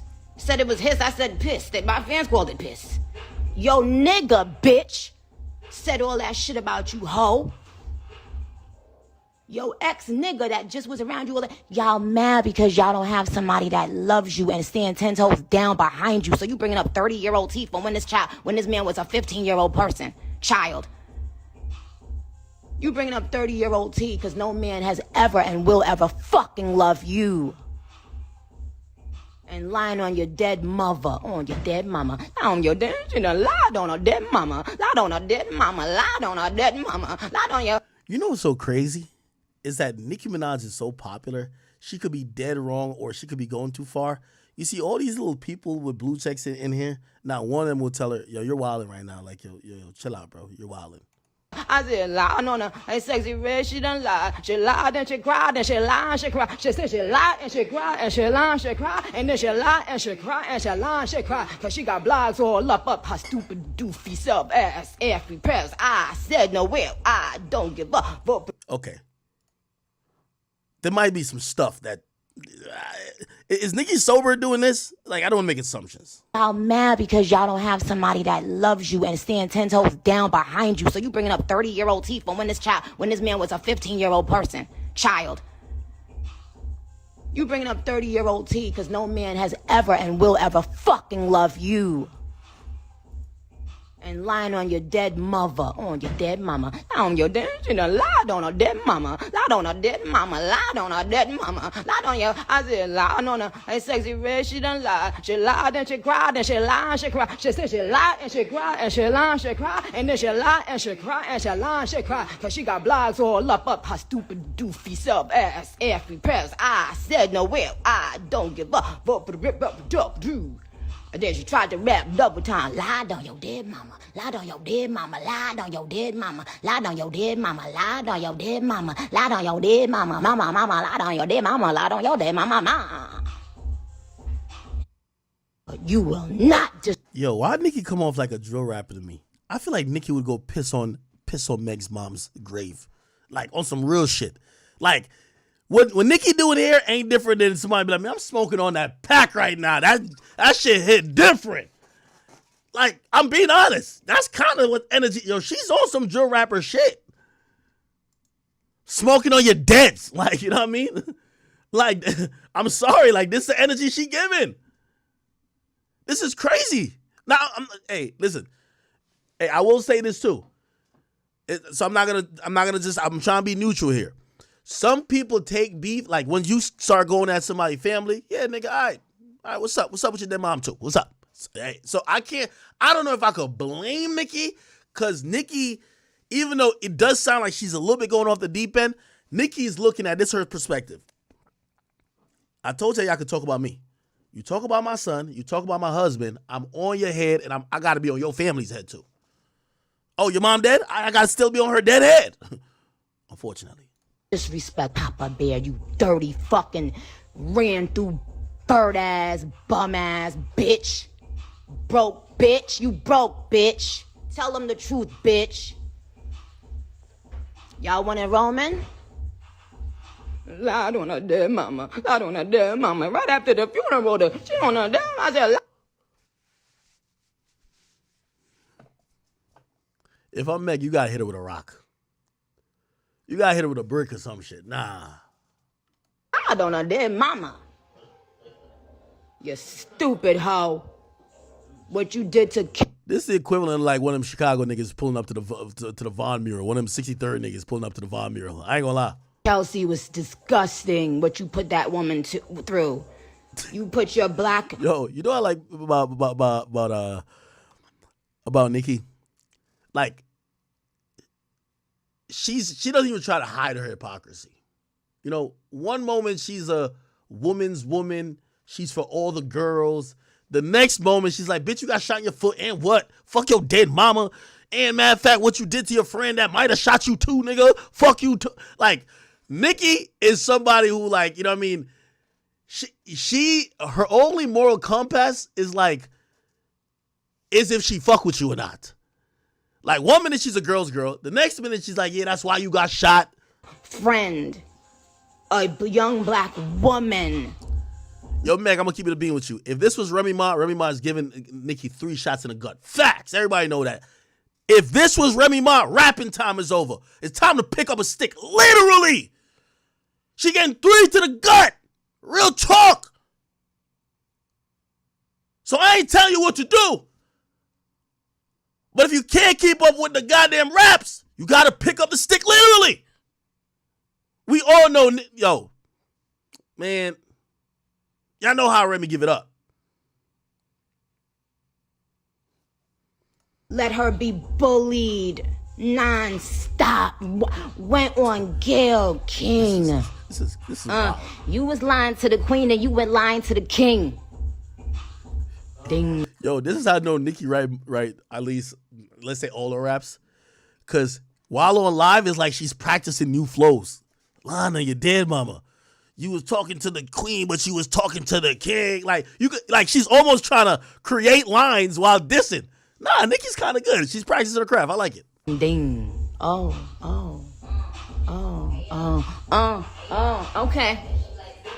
Uh-huh. Oh, shit. She with the ad-libs. That's an ad-lib track right Thinking there. I care. I wish one of you bitches I dare. Do it right now, bitch. I swear. Ooh, she freestyling! I wish, bitch. I wish a bitch would now.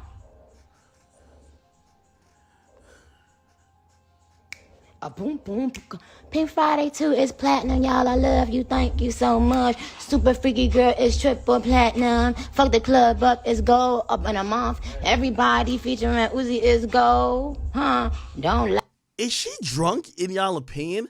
Is she off something or she's sober? on your mama's soul. Ooh, bitch, lying on her mama's soul. Ooh, on her mama's soul. On her dead mama's soul. Yeah. You love who both? You love who both? Somebody talking about my family? Because you will get blocked right now. Sweetheart, I don't give a fuck who you are. Respectfully. Fuck you talking about. Fuck y'all bitches stupid assholes talking about. No, you get off my dick, bitch. We ain't letting nothing slide. Yeah, ain't sliding this year, bitch. Ain't sliding, cause y'all think all that other shit that was sliding is gonna slide now. And it's certain things I know. I don't think y'all want me to say it. And I'm not only talking about Bigfoot. There's certain things I know y'all don't want me to say. Yo, can y'all pull up the party? Where that party song at?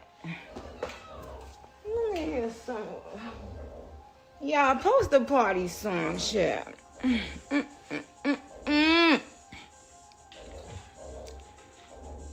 See that? 104,000. More than you can sell in the first week with 3 Grammys. You see that? That's what happened when you what? Lie on your dead mama. Lie on your dead mama. Lie on your dead mama. Lie on your dead mama. Lie on your dead mama. Lie on your dead mama. Nah. Talk about my family.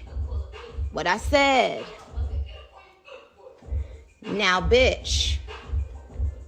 You gonna learn this year. And all you bitches, I dare you bitches. I dare any of you bitches. And any of you niggas. Oh. Wow. Good night. So. Okay, let's pause this. Apparently, she went even crazier. She went on something called stationary. Whatever Roman Listen to this shit. says and does. So before we get into anything, here's the thing. One thing about it, I don't pay for Well, I'm gonna tell y'all what verse I ain't pay for so y'all could. But one thing about it is, now when you think that those paid TikToks and tweets that are, pretending to be the moral police, you think that's gonna save you, right, crocodile?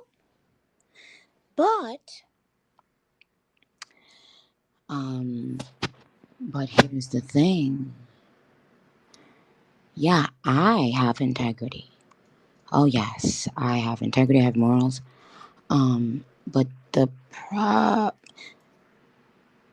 thing is that Roman does not.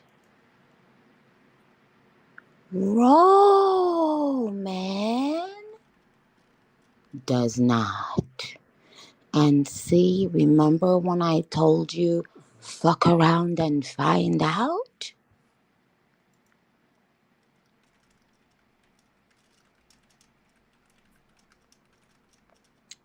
Remember? Roman doesn't have morals and integrity, just like most of the men in rap don't. I mean, the biggest, I don't know what you would call it, Jay-Z against Nas. I mean, if that were to happen today, what would y'all say if somebody said they left condom wrappers in your baby seat? And what would that be morally too far? Somebody said, girl, what? Girl, see how easy that was? See, you see, a bunch of songs came out last night. Roman had 4 or 5 trending topics. Why is that? When you drop a song or a verse or anything. Oh, shout out to my nigga Tate Cobain, because he just said it, and I said bingo. Sweetheart, let me tell y'all something. Let's get to some interesting shit. Where's the interesting shit? So, moral police, it doesn't. When I tell you, I won't lose a wink of sleep. You know? The diss record that Party put out, it was, everything people had been saying about you for years, but certain people choose and want to, not believe it because we know who. Well, you know what? Hold on. Let me play this first. I gotta get in the mood to say something. Hold on.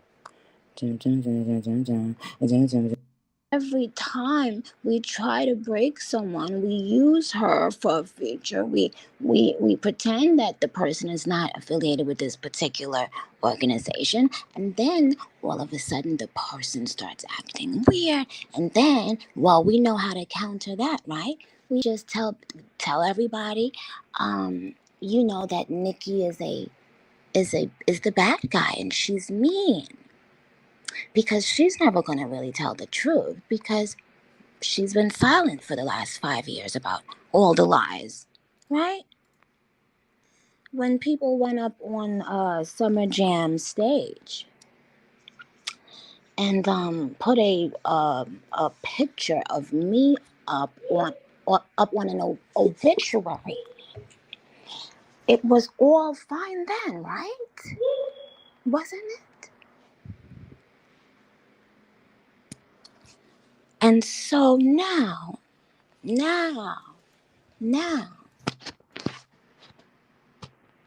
is time. However,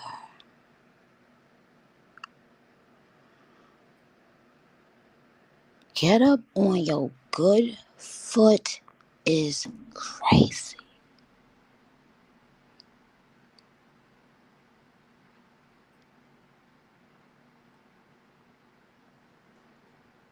Okay. 20-year-old T from when a man was 15 being lied on is not the flex you think it is. But I don't want to say too much. If you know, you know why.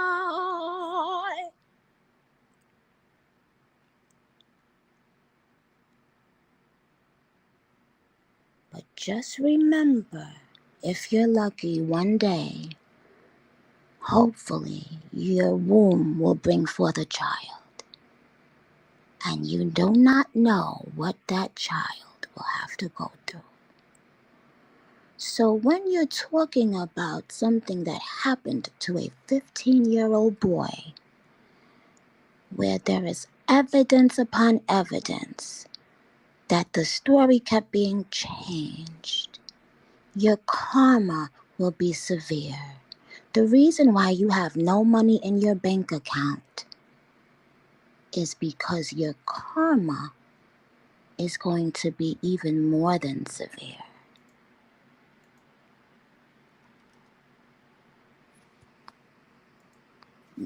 Constantly mentioning a man who isn't an artist, isn't on social media, it just shows me you have nothing. Like your flows, nothing.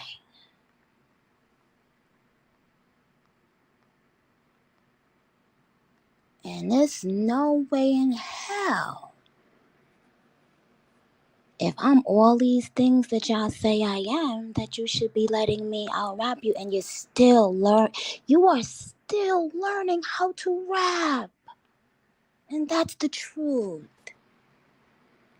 Niggas is giving you lines and shit, and you can't even say them.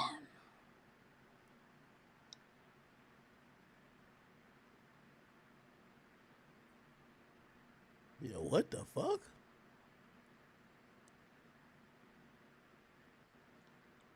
But remember this. And if you look back, I dare you, find one person who went against me in the last 5 years that is doing better now than they were then. Name one.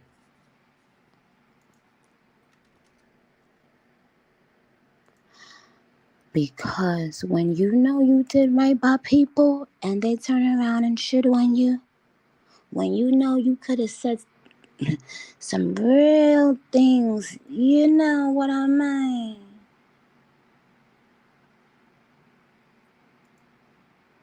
Not one. And what did I say about 2024? One by one.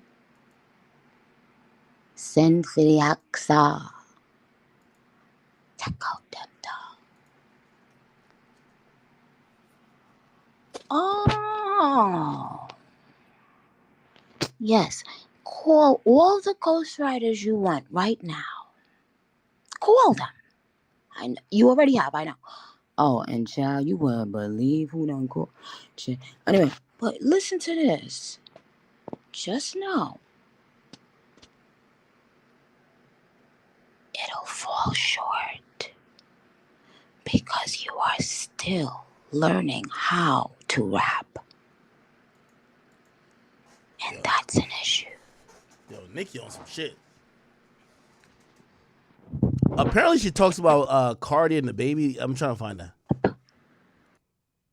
More than once has sex with a man who they know their friend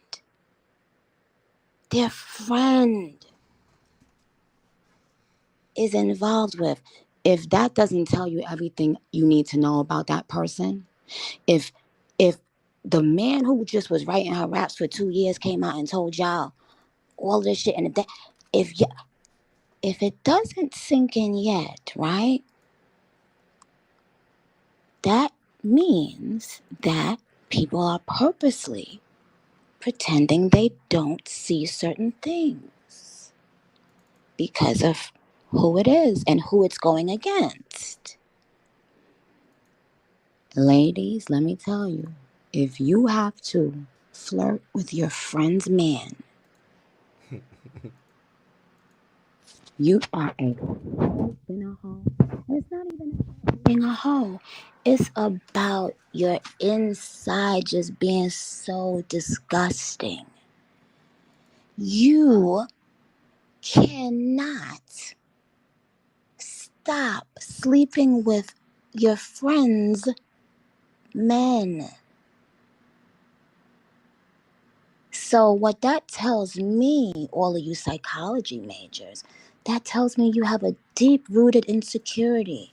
A deep-rooted insecurity about the way you look. The short boys didn't like you back in the day, so now you gotta shit on your own friends and fuck they man and then get a bunch of paid TikTok people and tweets and to say, yeah, girl. Well, I hope you have a girl in your life to fuck your man too.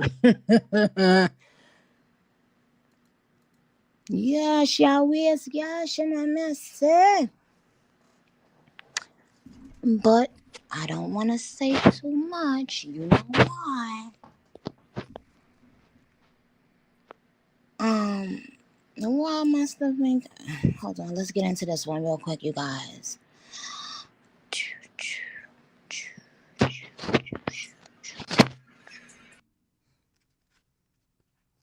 What the fuck? Hold on. See? Right?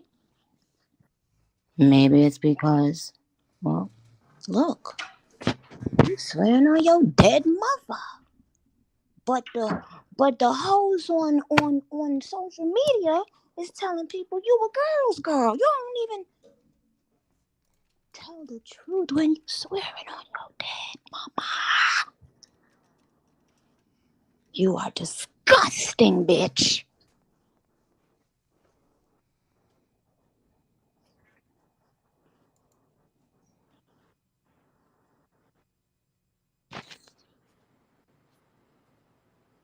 Not was trying to sell y'all the natural body package, child.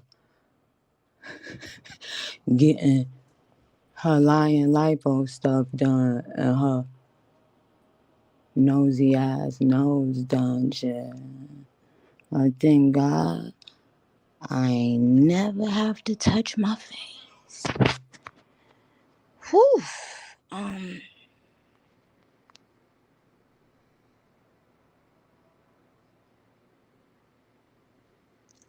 I mean, wait a minute. So, a nigga do a whole song about Bertha and say she swears and lies on her dead mother. Her best friend was put through humiliation while she sat back, knowing what she was doing to this girl.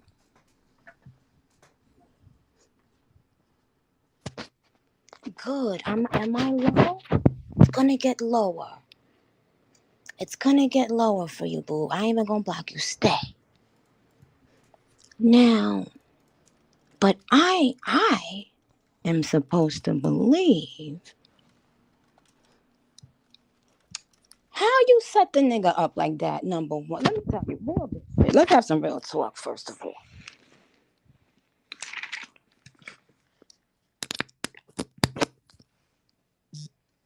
You had this man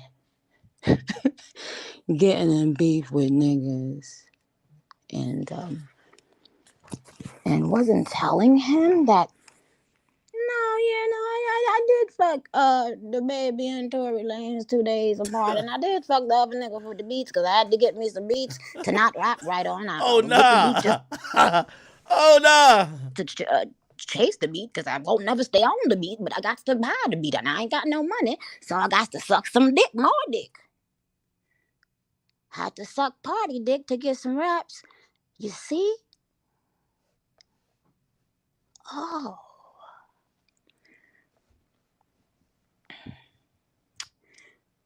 Your mom? No. Chill. Chill. Nicki, chill. Chill, Nicki.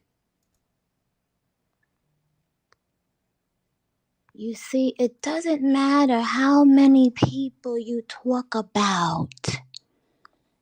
You have nothing to say about me because you know that the tea is scorching hot for you, right? This is the most attention any of your songs has ever gotten in years. You at the last what I said 5 to 10 things you did flopped. Bad.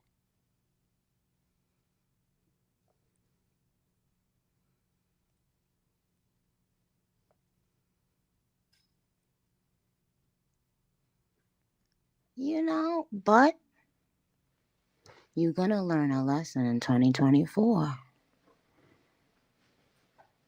It's but so much lying people gonna tell people what you the nickname that you got for your friend, your homegirl that rap.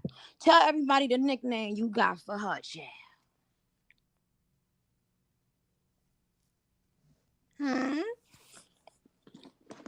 A racist nickname for a person that you're doing songs with.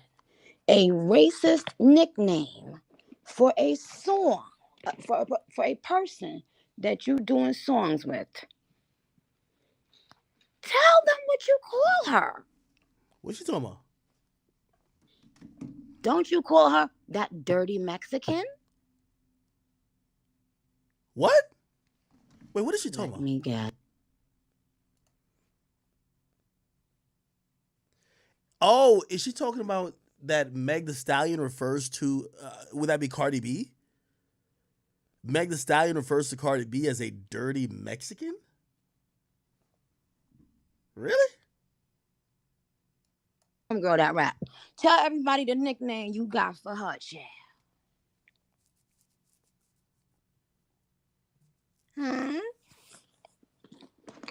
A racist nickname for a person that you're doing songs with.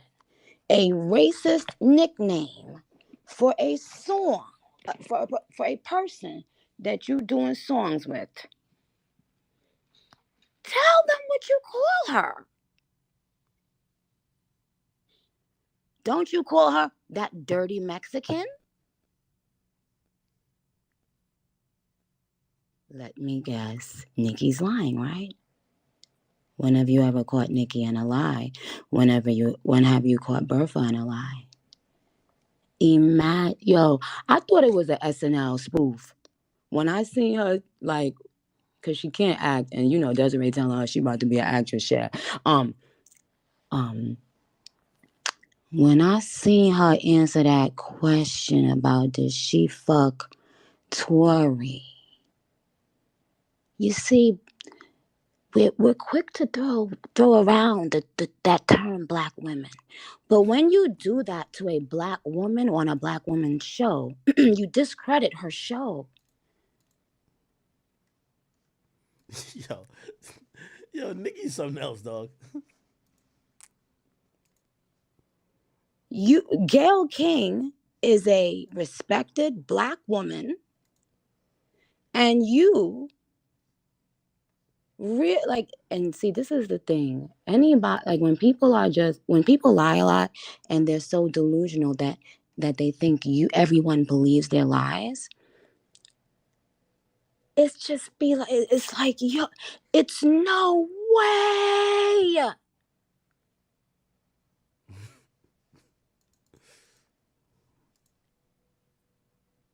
It's no way. You went on this black woman show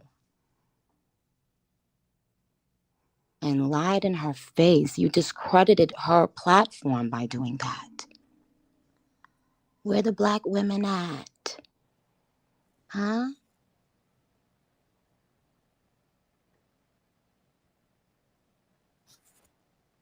Where? And think about it. If something wrong was done to you, why did you do? Why so many lies?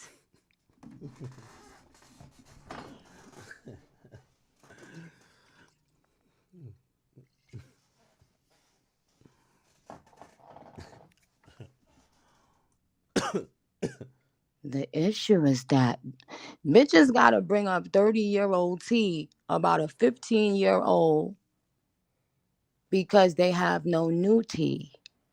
No nigga wants them. Wait, is Nicki acting like her husband's 15 now? Or is Nicki saying, hey, get it, he's on the sexual offender registry, but it's a long time ago.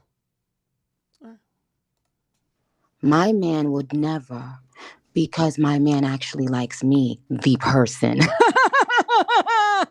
You see? Y'all men don't even want y'all to. That's why y'all can't stop bringing my man up. Hey, Hold on real quick. We got so hey, listen, we got to keep this shit interesting. Nikki's ranting. You know what I mean? She's off that. Listen, hey, Floyd Mayweather Jr. supposedly just addressed my nigga NBA YoungBoy. Let's see how this shit is hitting. Here we go. He tagged YoungBoy, Yaya Mayweather, and who's KJ Measy Mayweather? Maybe that's his grandson? Now, again, recently NBA YoungBoy cussed out Yaya. He said she was built like a stick figure. Then this is like the I think the son of YoungBoy and Yaya that Mayweather be teaching how to box and everything. Let's see what he got to say. Just another ordinary day, chilling in an EWB Rolls Royce. Ooh. For those that don't know what an EWB is, that's an extended wheelbase Rolls Royce. I need the leg room. I know I ain't that tall, about 5'8.5", some days 5'9", but it is what it is. Chilling, sitting right here watching the Thriller in Manila, Ali versus Frazier documentary. Come check it out. God damn! Oh my God, that man is rich. Oh, Up top, every planet.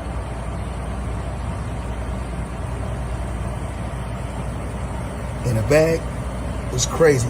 NBA YoungBoy, see all this? It's on its way to you. Let's go. Oh shit. Oh shit, that's fire. They cool. Let me see how much money this is. 50,000, 50,000. It's 100, 200, 300, 400, 500. Okay, so it's $1 million. Yeah, so it's 500 per like suitcase. Oh shit. Just another ordinary day, chilling in an EWB Rolls Royce. I ain't gonna lie, man. That's actually dope. Nah, he not calling out YoungBoy. He not calling out YoungBoy. He not calling out YoungBoy. He not calling out YoungBoy. Yeah, no. Of course, I have to count it. So look, so each of these is 50,000, 50, 100, 150, 200, 250, 300. No, wait. Okay, no. 50, 100. I can't tell if this is how it's laid. But it looks like that should be another 100, 200. I think this might be 300, 400, and then 500 here. Or maybe it's just allocated here, but it's basically 500. So 500, 500. Yeah, nigga, $1 million. All right, bro. Damn. All right. Anyway, let's go back to Nicki Minaj ranting back. By the way, we're about to go play the jail call of Young Thug and Mariah the Scientist. That shit was jokes too. Because y'all know that man loves me, the person. And within a year of every relationship, every man will realize you are nothing but a liar and a manipulator. And you're calling yourself a snake because I said, I embraced my bad guy persona. Bitch, Taylor Swift already did that, dumb. Be original. Giddy up. Giddy the fuck up.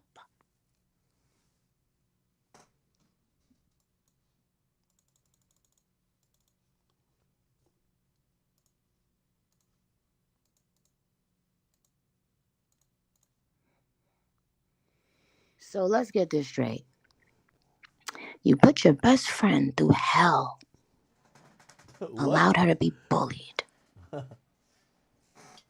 When you know the truth is that she was dealing with someone and then you felt, I'm the big star. I should get a piece too. I bet if he knew he would want me too. But guess what? It only proves you are a disgusting piece of dirt.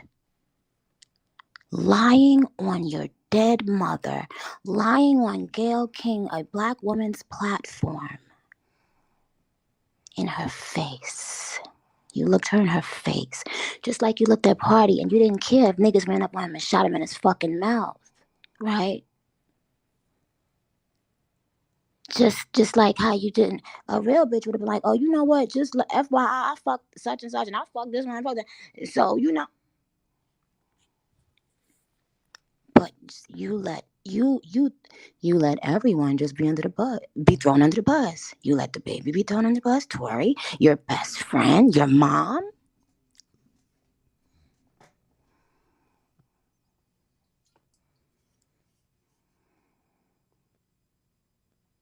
You better go conjure up your mother and say and apologize. That's disgusting. Shooter. No more rapping, Meg. You dropped the song already. You gotta hit her with a brick. You gotta hit her with a chair on some like Montgomery, Alabama shit, nigga. Real talk. It's the only way you can deal with her right here. Montgomery, Alabama chair. Like you gotta hit Nicki on some shit like this, man. Fuck all that shit.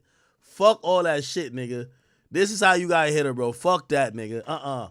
Rapping can't take this one. A lot of people talking about the man. Fuck? Ain't nothing clever enough. You guys just hit somebody with a chair, man. Fuck that shit.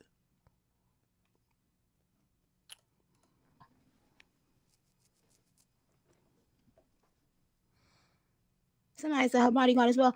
We ain't even gonna run down the list. We'd be here all night. However, remember, you guys chose to constantly make my family the focal point, right? And remember what I told you would happen every time?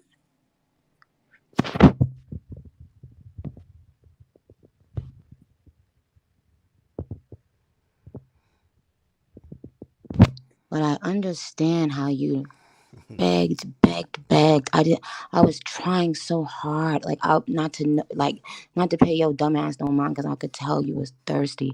You was, and I don't know if you sucked my DJ dick or not, but you was his best friend, hitting him every day. Can I get a...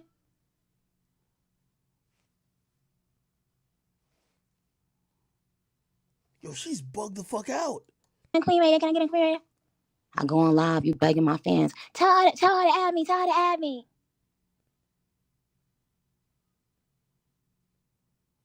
I got it back. Thanks to my amazing epic supporters.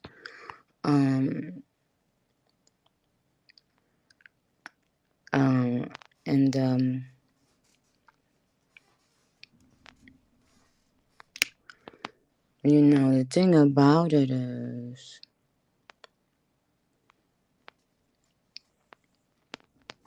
you guys, is everybody #1 on iTunes yet? Let me know when it is. Yo, Nicki got the best fans, yo. Like the fans are just like, yo, acknowledge us, Nicki. Love us, love us, love us, love us. What do you want to do? What we gotta do? Like, and she literally just gives them tasks to do. Go bully her. Let me know when it's done. Like, yo, the barbs. Yo, there was a time I really thought, I said, yo, listen, if you start liking Nicki Minaj back in like 2010, right? You know, was it that time like she was dropping songs like Did It on them? Okay, that's 10 years ago. Now, if you were like a teenager, let's just say you were like 16, you're probably 26 now.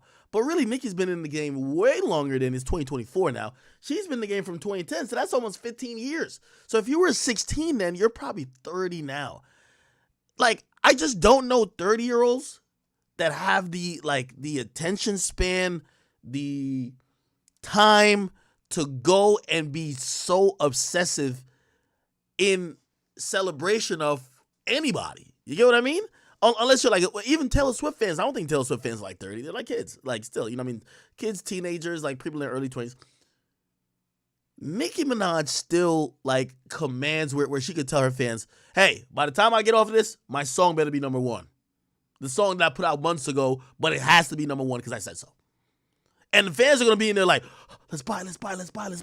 Yo, let's stream. Because if you let the queen be disappointed, it's crazy. Day in my life, I can't relate. I can't relate.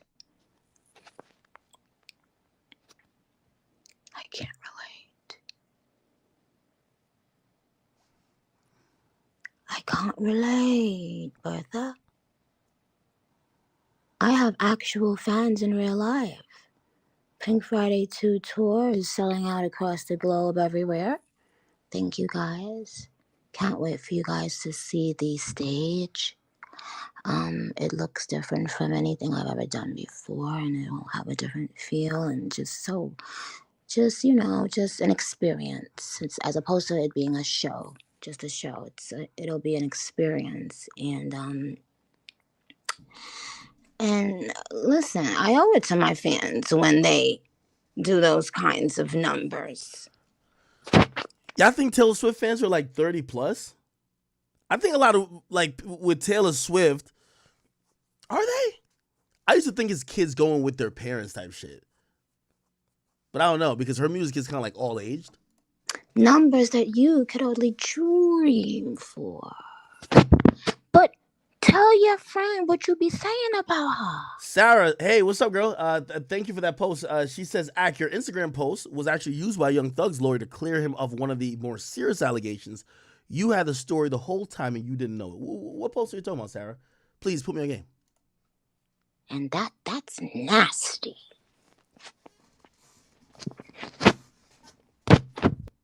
Cause what okay. No one loves you the way my husband loves me.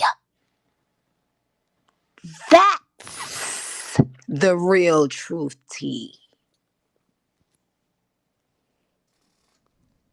And I don't care which dirty, ugly, nasty TikToker y'all pay, bitch. That's the truth, T.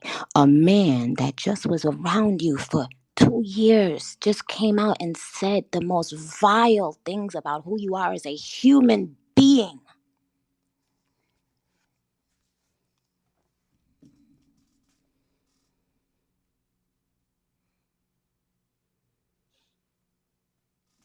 Somebody said block the comments. Why? That's y'all problem now. Y'all care about the dumbest shit. Cancel Nicki. What? Wait, let me screenshot this one. This dummy said they about to cancel who? Cancel who? Right? Only T. You're talking about T from 31 years ago. Gabriel said, what am I having waiting on the pod or whenever you can come on? Travis, thank you for the 10, by the way.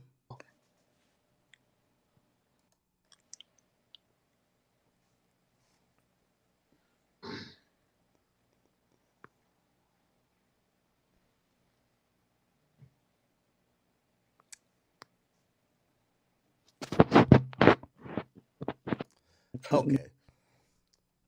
I'm going to leave that there. Nicki was clearly just ranting, and I'm going to be honest with you.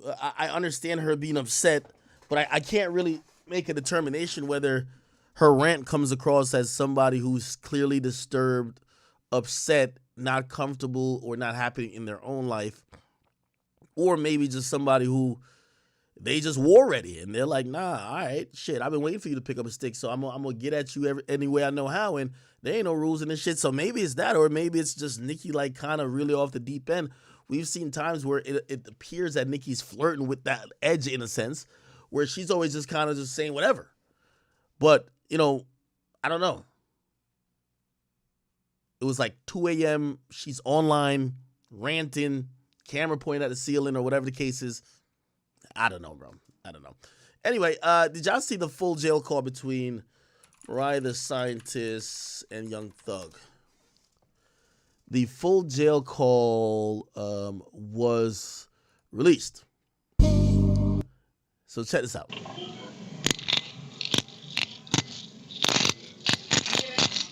You hear that? Maybe when I see you.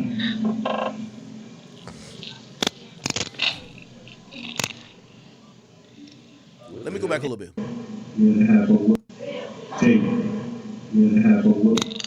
I think can't hear it now.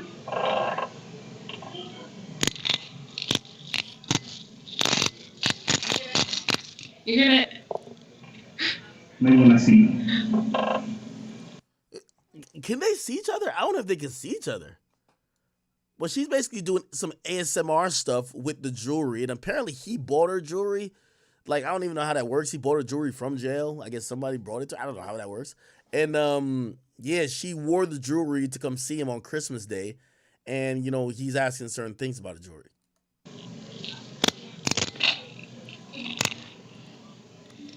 What the hell? It's like this one in particular.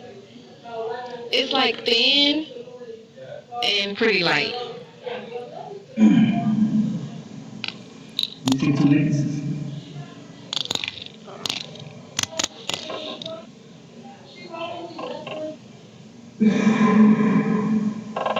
Yeah, he gotta make one of the necklaces. Don't take it off. You said something? You know what I'm saying? Don't take it off. Okay, I'll put it back. This nigga thug balling, man. He said, let me see that's his. He bought that shit. He got that shit made for her. What the fuck is that noise coming from? Somewhere. Both of them, like 2 inches, 2 more inches. I think I might got it all wrong. Let me see. Yeah. I think so too.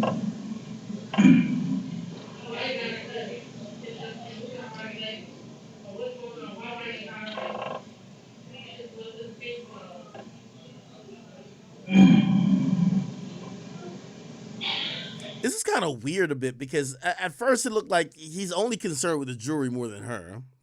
They get into some other conversation. Hold on again.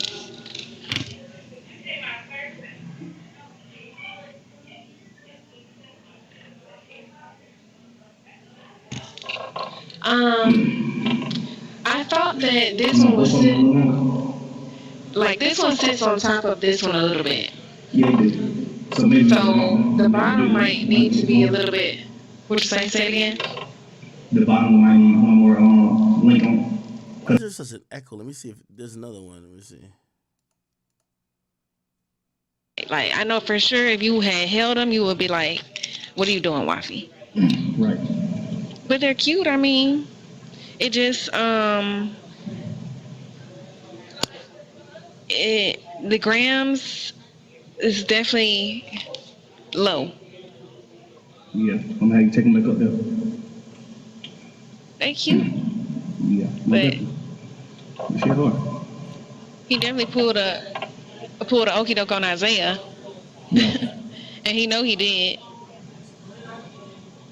For sure. I miss you, baby. I even thought the Cubans were bigger. You thought what was bigger? I said I thought the Cubans were bigger too. Like thicker? Like Yeah, like more yeah. They 14, I think. But they're pretty big. They're pretty big. I gotta see them with you in them. I wish I could flash a light on me, but she could probably think I'm doing something. But the Cuban that I had in this lifetime before, that had something hanging on it, not the one you bought, but my original one, it was probably this like physical size. I don't know if this one is lighter, maybe, but the size is about the same though. Yeah. Yeah. Is the bigger one a bigger size? I'm gonna take them off just to see because I think it is, but let's just see. So this is basically a whole fucking conversation about some fucking jewelry. Bracelet sounds like you got some loose change in your hand, like you just broke a dollar bill and you're shaking it. Yeah. But like some dimes, like lightweight dimes. The chain don't sound like that though. But I like it a lot. I'm very appreciative. Thanks, babe. I miss you. I miss you too. I wish it. Damn, I just look at Thug's face and man, when these niggas be rapping about killing niggas, they never tell you about this part of the shit. You could tell it's like he's trying to he's trying to escape from the jail cell he's in by having it sounds like a nonsensical conversation, but his mind is a bit free, just engaging with her about some shit that's going on in the real world. Oh shit, damn! I thought you had the it's just it's allowing your mind to escape from that box. You know what I mean? And like watching Thug, it looks like prison is taking a toll on him, man. It just looks like he's taking a toll on him. Like he doesn't look. Obviously, he's not gonna be like happy, but doesn't look like the Thug that we know. What's the rules of your girl coming to jail to come show off? You know what I mean, or come visit you in jail? Because you got, like, even though, you know, me and well, I said whatever about her after she said something about me. At least she's holding him down a bit, right? She's there on the calls. She could have called him from home, right? But I guess this is like a face-to-face. Y'all probably looking through a video or maybe through a screen or something of the sort, right? You could be at home with me and you could put it on me. And take it off and put it on, take it off. Things like that. Miss you. You look beautiful with this shit on. You look like a rapper now. Does she want me to look like a rapper? If I had to have a rap name, what would you pick it to be? I like that you called me Tiger Lily last night. Yeah. Yeah. Daddy?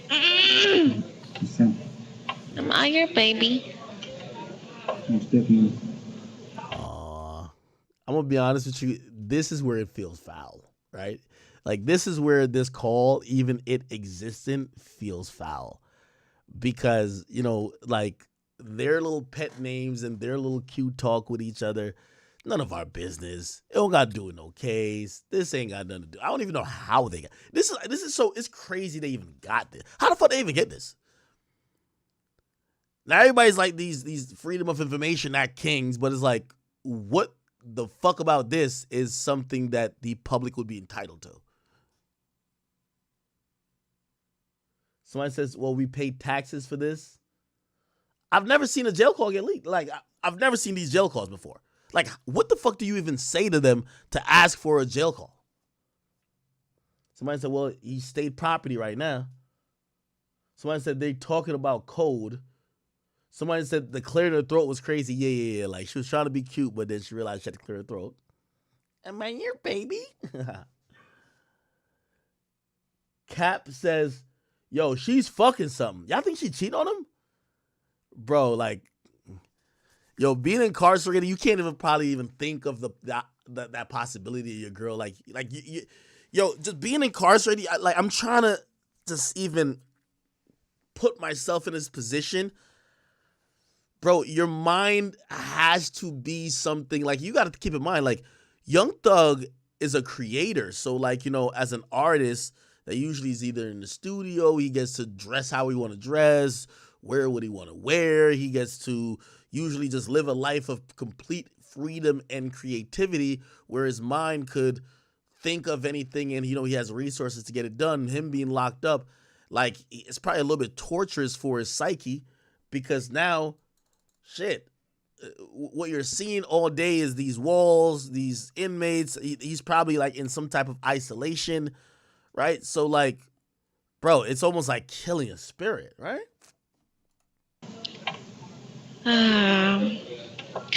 I'm excited for them to see you.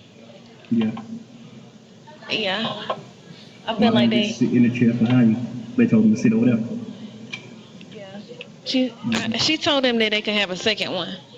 So I think they got it split into 2 separate visits. Which is, I mean, that's good though. I mean, get some extra time. Maybe you need to ask her. I'm just gonna say this, man. Y'all, all my young boys out there, my people that's not in, nigga. Look how bored Thug look, nigga. This is how you gonna be communicating with your people, nigga, if you keep fucking around and fuck around and get locked up and shit. Miss Lady, I mean, Lord have mercy. Y'all be ready to rumble and pummel and scrumble every fucking day of the week, no matter what day it is. Jesus Day. Like, This lady, I want to know what this lady's name is. When we on the way out, I'm gonna try to look at her name tag because black and white skin. No. She rude too, but she like a classy rude. She ain't gonna say too much. She just will be like, Well, she ain't gonna say that. She'll probably say something like, no, you can't be doing that. You ain't at home. You ain't at home. Like, she say stuff like that. This lady is more like, and Mariah, where the hell you think you going with that on? Yo, Young Thug look like a granny right here, just sitting, just listening to the tea. Like, yo, bro, man, jail just seems horrible, dog. Jail seems horrible. I wonder if you can see her, because it looked like there's a glass back here. You can see a little bit out into the free world, right? Like, I think when you're in jail, like, they don't really make, like, you're not getting a bunch of windows where you could just see across the street. They kind of just create, like, a world where, like, your world is those four walls, right? Like, she move her neck like that and everything. Somebody said Blueface loves jail, though. Yeah, he loves jail because you know he's going to be there 3 weeks. She wear glasses. She a black, you know who that is? lady? She black. She not fat, but she not like a small person. I think so. I'm gonna look at her name tag on the way out. Yeah. Where you chain it? It's right here. I'm gonna put it back on. I just didn't want to have to put the phone down. That nigga care about that chain, man. Yo. Hold on. Nigga, she's a chain model at this point. Man, I don't really got too much to talk to you. Put that chain back on.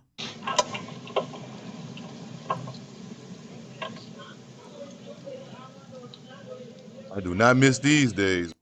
Yeah, boy. Oh my gosh. That hurt so bad.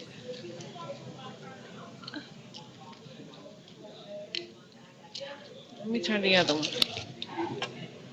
Them motherfuckers dancing. This ain't even clear. More on the side. What you say? More on the sides.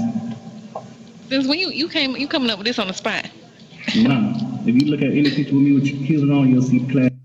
Y'all think they're talking in code when they keep saying chain? Y'all think that's code? With who? With Cubans on, you'll see the clasp in the front. I ain't never worn no Cuban with no clasp in the front. They really supposed to be on the side, not the front where you got them at. Like this side. Right. No, on the opposite side. Chicken chest. No. One.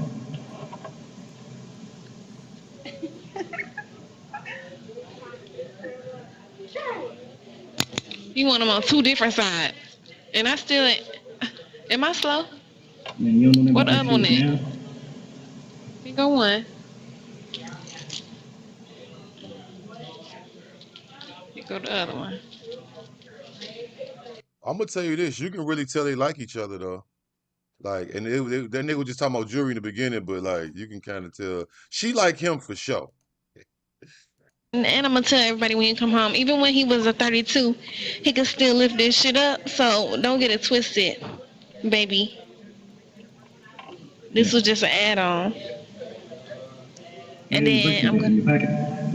It's right here. You lose some shit. That's on you. I'm not. Shit, so I will crazy. never misplace. How the hell she lose a chain and then get two new chains? Man, this shit crazy. Oh shit. I know y'all don't believe how upset I am about that, but I really am. Yeah, I'm knowing. But it's okay. I was wondering, so when I was in there with Wafi the other day, and I was looking at, he was showing me some stuff, and I was asking him about. Goddamn, enough about the fucking jeweler, man. Nigga, ask some questions you want to hear. Yo, Young Thug, you ain't touched that fucking applesauce, did you? Did somebody throw a honey bun on your bed? These are questions we want to know. The size of the one that is getting made. And I asked him how much longer. He said January 20-something. And it's like, why is it going to take so long? He said it was because the stones that he's putting in it is so big and they are cutting them piece by piece. They're not like They're not like stock shaped stones. It's not like round, and it's not like, you know, it's like different, right? But then I was asking him, just based on what he charged me, and then what he was showing me, he was saying, I asked him like, What were he the charge stones you? this? I don't want to tell you. I don't want to know, but I also do want to know because You don't want him to be bamboozling me? right. You probably can get the same thing from Elliot. So it's like, No. I don't want to I know. know for sure I Elliot's going to charge me more. I'm going to say, you know what I'm going to do though? I'm going to send Elliot the rendering and ask him how much he would have charged for that. Right. So, so anyway, so he said, he was showing me some stones, and I said, is it going to be, what size are the stones going to be? And he said that he was like, I ain't gonna lie, man. After watching a good 10 minutes of this, I see why Gunna snitched. Like, hell out of here, man. I got my badass bitch on the other side of this fucking phone. We're talking about jewelry and jewelers. I want to come fuck. I want to fuck. I'm snitching. I'm coming home. Sorry, niggas. I'm coming home, okay? Listen, she got a nice little ponytail. I ain't about to let her leave the jailhouse, and another nigga pulling that shit, giving her back shots. Nigga, I'm coming home, nigga. Let me out. Fuck that. I'm not holding it down for nobody. Fuck YSL. Fuck all this slime shit. All that slash bullshit. Get me out of here, nigga. I'm going home. I see why Gunna told. Hey, hell no. We ain't sitting here doing this all day. Fuck that. I'm leaving. I'm getting out. Yo, the next call after I'll probably put her ass on hold and call the prosecutor. Come on, man. Yo, listen. Call the judge up. Let's get a plea going on. I got to get out of this bitch, man. This is a waste of fucking time. This is a waste of fucking time, bro. I'm sorry, man. This nigga's over here just trying to buy time, just doing a whole bunch of nothing. like, your stones. The craziest part, I never even heard this bitch even talk as much as I'm hearing her talk here. I didn't even know she had a voice. She sing like some songs. I heard she used to fuck on Yachty back in the day. Yeah, you know how these girls come in. Yo, Yachty used to get mad pussy, bro. Yachty's like the rapper starter dick for mad hoes. You feel me? I think Yachty caught her, you know what I mean, was knocking that down real quick. Feel me? I think the same with JT. Like, that nigga Yachty was doing his thing still up in the game. I ain't gonna hold you. My boy Yachty was really getting him, though. I ain't even gonna hold you. Real talk. Yeah, this conversation boring as hell. And the signs that he was telling me that the songs. Yo, Jeffrey, let me give you a tip, bro. Pause. Extra pause with the tip. Yo, 6ix9ine had his bitch reading Instagram comments. Like, no, read me the next Shade Room comment, shorty. I don't want to hear nothing you got to say. Like, bro, these chicks don't got no fucking brain. They not funny. They can't tell you a goddamn joke. Read the Instagram comments that I could know what's going on the Shade Room. Fuck out of here with this other bullshit you trying to tell me. Just read the comments. Let me like feel like I'm in the mix and just shut the fuck up and go home. All right? I understand why.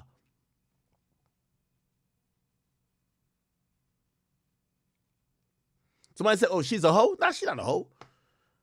Bro, everybody had like little rapper, but I think she had a little rapper fling or whatever. Like, she's not a hoe. I don't know about mad people. Like, listen, when we talk about hoes, we talking about like Meg. Like, yo, I'm telling you, bro. I know like 15 rappers who claim they hit, bro. Like 15, like I'm like, yo, hold on, bro. Yo, how more niggas fuck than you got features with? How more rappers fuck than you got? It shit don't even make no sense. Feel me? I ain't gonna lie. One nigga swear he fucked. To this day, I'm like, yo, ain't no way she fucking a nigga with like 800 plays on SoundCloud. It don't even make sense. So I don't think this Mariah the Scientist girl's like, you know, I think her and Yachty had a little whatever. That's what I heard. Like, you know what I mean? And then I think her and Thug, like, she not linked to, she signed to Tory, right? But I don't think she fucked Tory. She ain't even fucked Tory. Feel me? She kept it straight business. From what I heard. I don't be knowing. You know what I mean? I'll just be telling you what I hear from behind the scenes. Yeah, she just had an ex-boyfriend or like an ex situation, you know? Yeah, she not a Meg lover, bro. What else that talking about? All right, bet. Yeah, this shit boring, man. Man, I see why niggas kind of like a diamond cut. Yeah. Man, these niggas over here having diamond class and shit. Yo, these niggas sound like Tracks NYC, man. Fuck out of here, man. Hell no, nigga. These niggas sound like Tracks NYC. Let's get the diamonds cut here, the rendering here. Let's get the mold made here. Fuck out of here. Anyway, Thug, you know what I mean? Hold your head. It do look like it's weighing on him, man. You know who it don't look like it's weighing on? Waffle Lucci. That nigga was in court. Let me see. Swallowing. So YFN Lucci is sentenced to date. He will serve just 3. Hold on. Yeah, here we go. My boy wife and Lucha was in court like, yeah, man. And I got out a real nigga. Department of Corrections. His hair grew. The felony which carries a sentence for My boy Drew feeling in there. It's just not that sort of. Let's get to the part where he apologized for Sparta kicking the nigga out of his motherfucking car because the nigga was bleeding on his, you know what I mean, his upholstery. You feel me? Let's see if we get to it. Defendants. Section 20. Mr. Banks, do you think or Mr. Banks? I'd like. Yes, thank you. Yeah, that's Lucy right there. Hey, listen. When you're a good lawyer, man, you cooler with the prosecutor than you cool with your own team, man. Anytime, first of all, if you hire a lawyer, if his hair not slicked back, you guilty. Facts. That's a fact. If you hire a white lawyer, if his hair not slicked back, you're guilty. Trust me, you ain't beating that case. Your lawyer, no disrespect, your lawyer, like, this is how you know you got a good lawyer. Like, sometimes I've hired a lawyer of, like, a website, whatever, back in the daytime shit for some random shit. When I show up to court, there's two things I look at. If he got a big nose and a slick back hairstyle, like, you know what I mean? One of them ones. I'm like, yo, I'm beating this shit. Yeah, this shit ain't going far as a motherfucker. I'm beating this one. Yeah. Yeah. Oh, yeah. Yeah, I'm beating this shit, of course. Oh, yeah. Like, yeah, nigga. Like, yeah.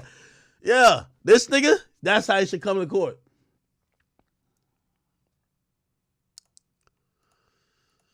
All right. Let me see. Where did my man Lucci address the court? And he apologized for the fuck shit he did. And apologize to the family. Yes. Do you understand that this is a negotiated plea, which means the state... Hey, by the way, you know how happy Lucci is to get out of prison, bro, or jail? Remember Young Thug was authorizing all type of niggas to stab him up? He got stabbed already. Like, yo, remember that? Now, keep in mind, let me ask you a question. If you Lucci now, you just got free. Young Thug done authorized for you to get stabbed up and killed. You finally made it out alive. You now on the free side. Are you going to try to have niggas pull a play on Thug and try to get him stabbed up? Or are you going to be like, you going to leave it alone? You're just going to leave it alone and be like, you know what, enough is enough. State will recommend a sentence of, under count 69, the recommended sentence is 20, serve 10, balance probated, and the special conditions of probationers are no street gang activity, no contact with any known street gang members or associates, no contact with the co-defendants, Reginald Carter, Artez Carter, Justin Ushery, DeMonte Thomas, Tadrekus Glass, Rayvon Boyd, Leroy Pitts, Rondavius Hawkins, and Derek Adams. No guns or replica guns, no gang affiliation or conduct associated with gangs on social media. You must be gainfully employed and no further violations of the law. Do you understand that those are the conditions? Yes. And Ms. Christian, I just wanted to make sure that the record is clear. You said this is a negotiated plea. This is a negotiated recommendation, but it's officially and formally a blind plea. Just want to make sure the record is clear. Yes, Judge.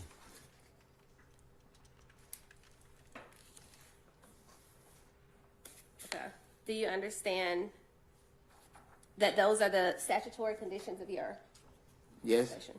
Do you also understand that you are to have no violations of state or federal laws while serving out any portion of your sentence, to include any period of incarceration, to comply with all the rules maintained by county jail where you're housed prior to being transported to any facility within the Department of Corrections where you're designated to serve out your sentence.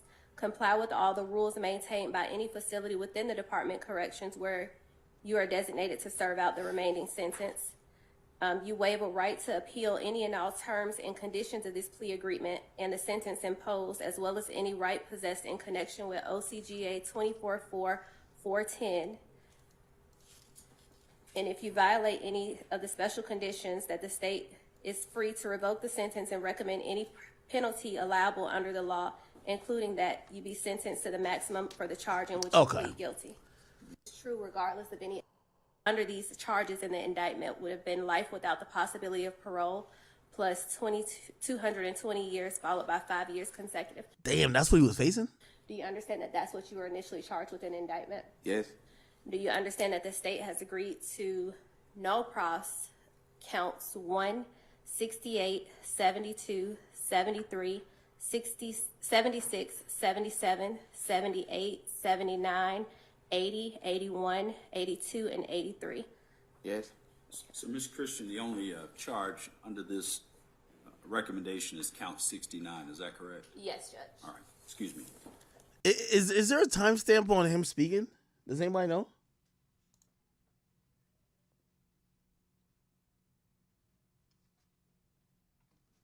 I guess there's no timestamp.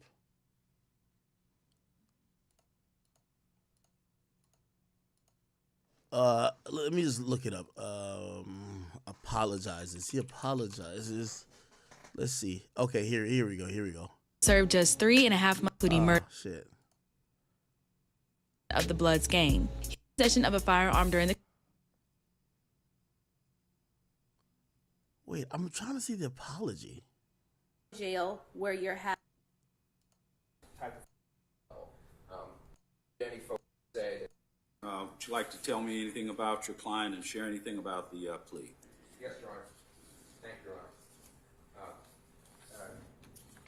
Your Honor. Your Honor. RT No Cloud, what up, bro? Mr. Bennett is.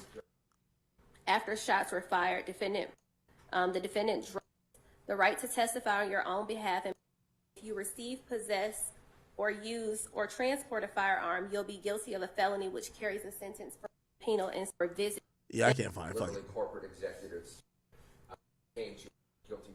it. It probably has to be after this. We have afraid. This would be. Thank you, Mr. Bennett. Let me just. Oh, here we go. First. Here it is. Oh, it was really short. Before sentence is imposed, you're free to make a statement, but only if you wish to do so. Would you like to make a statement at this time? Yes. All right. First off, I want to say my heart goes out to my friend James Adam and his family. Also, I want to apologize to my family and my friends for putting them through this stressful process. And I would also like to apologize to the court. And that's it. All right. Well, thank you, Mr. Bennett. Let me just confirm with the state that the only pending charge in this recommendation is count 69. Yes, Judge. And what is that charge? Violation of the street gang. Okay. That's what he got sentenced to for. Okay. All right, man. Holy shit. All right, I'm done with the jail call. What else do I got to talk about on this bitch?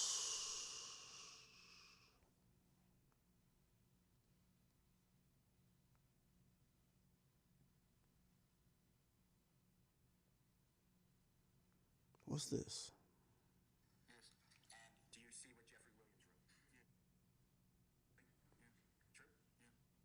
What's this?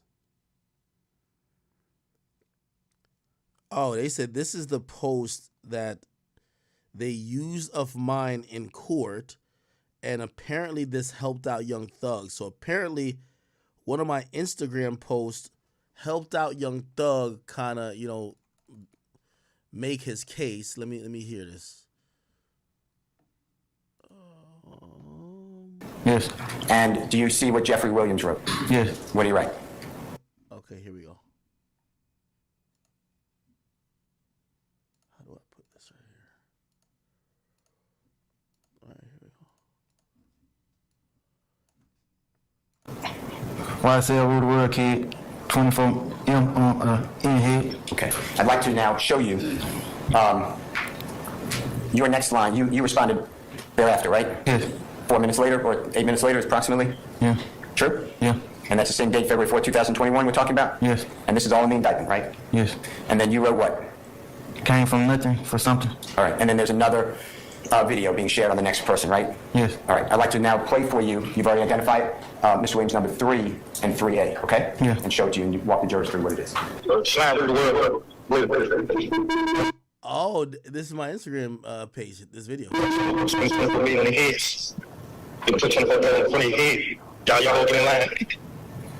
Who is that speaking? Jeffrey Williams. And what did he say, ladies and jury, to your understanding? And what's he talking about? He's talking about Uzi putting the diamond on his head. He's saying the price of what they saying that the diamond costs. And he's saying, YSL rule the world. And show, please, Mr. Kokomo, Mr. Williams, number 3. Okay, so I guess they're basically saying maybe one of those. I guess the prosecutor may have been using it as a threat, as whatever million on somebody's head, and they're like, no, he was talking about jewelry. They used my Instagram post to show that he was alluding to the diamond that Uzi put in his head, and then Uzi now they're showing the YouTube video that kind of like corroborates all of that. Okay, that makes sense. Let me see as well. Give me 1 second.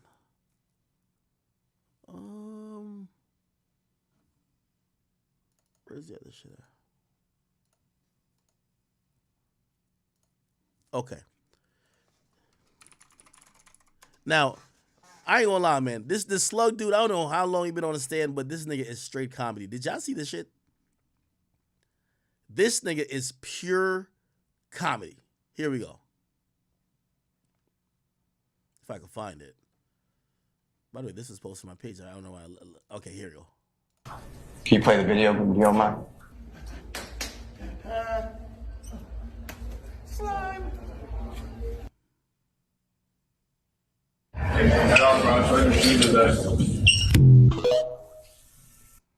Mr. Stevens, do you recognize the person who's going around the circle of Mr. Williams, number 15A? Yes. And who is that person? LeBron James. And did you hear him say, or did you see him rather, do something with his hand that's similar to what is depicted in Mr. Williams 15? Yes. And what did he do with his hand? Wiped it across the nose. And have you been asked by the prosecution about the use of the word slime? Yes. Same word that LeBron James used? Yes. Is there something sinister to you with the use of the word slime? No. Okay. And the wiping of the nose, is that anything sinister that signifies some sort of gang on Cleveland Avenue? No, we only did that for, like, we was smoking weed, and that's to say your weed loud. We put our finger on our nose. And do you know whether besides Mr. James, other actors do that? Have you seen other people do that? I object as to the form of the question. That's a standing question. Have you seen other basketball players do that same movement? Yes. Have you seen professional football players do that? Yes. Have you seen coaches in football, college football do that? I don't know about no coach. Okay. Have you seen college players do that? Mr. Stevens, please speak in the microphone. Pull yourself up as close as you can to the mic. Speak in. I wasn't even answering it. Huh? I wasn't answering the question. I know, but we're having a hard time. That's much better. See, everybody can hear you. I got you. Okay, all right. Do you know? Yeah, this shit is like, it's basically just a bunch of bullshit anyway. No matter what happens, clearly the prosecutors are looking for a long time. We'll see if they actually get it. Y'all seen Kendrick? New picture of Kendrick. I don't even know where Kendrick lives at. Does Kendrick even live in the United States? I'm still like, I feel like, I know some of y'all be like, because I like Drake, I'm extra harsh on Kendrick. Kendrick definitely, I felt like he penned in his like little letter that he was going to be around more often now that he was off TDE, except we don't see him still. So, I hope he's living a good life. I guess like, whatever he's choosing to do, he's down with. But, brother, I'm just wondering why he's just never like around. It's just kind of crazy. Anyway. Okay, what else? I feel like there's a bunch of stuff I'm missing.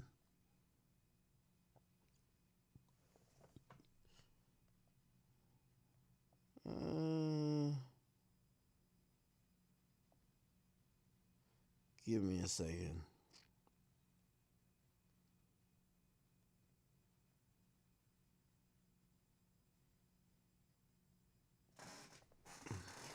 Okay. Oh, so, I'm going to lie to you, which I should have known something along the lines like this was going to come down. So have y'all heard about this whole Vince McMahon thing? So Vince McMahon, who's the long storied CEO, pretty much founder of the WWE, used to be the WWF. apparently recently they had stepped down, but they also sold the company. And like I thought it was because they were selling the company. Not sure why they were selling the company, but apparently there was a lot of stuff brewing in the background that kind of fostered these things happen. Now that's coming to light. So let me see if I could look this up, because I know we actually posted this, but where is that? Vince McMahon. Apparently he had like some of his employees that were basically almost operating like goddamn like sex slaves. You feel what I'm saying? Now, since I can't find it here, I might have to just hit the Googles with it. But okay, let's do that. Vince McMahon.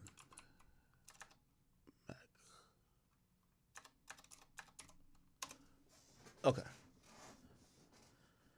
Hopefully we can see the text messages. Yo, New York Times always hating, bro. Where can I find the motherfucking text messages? I know where to find them. Find them on the other page.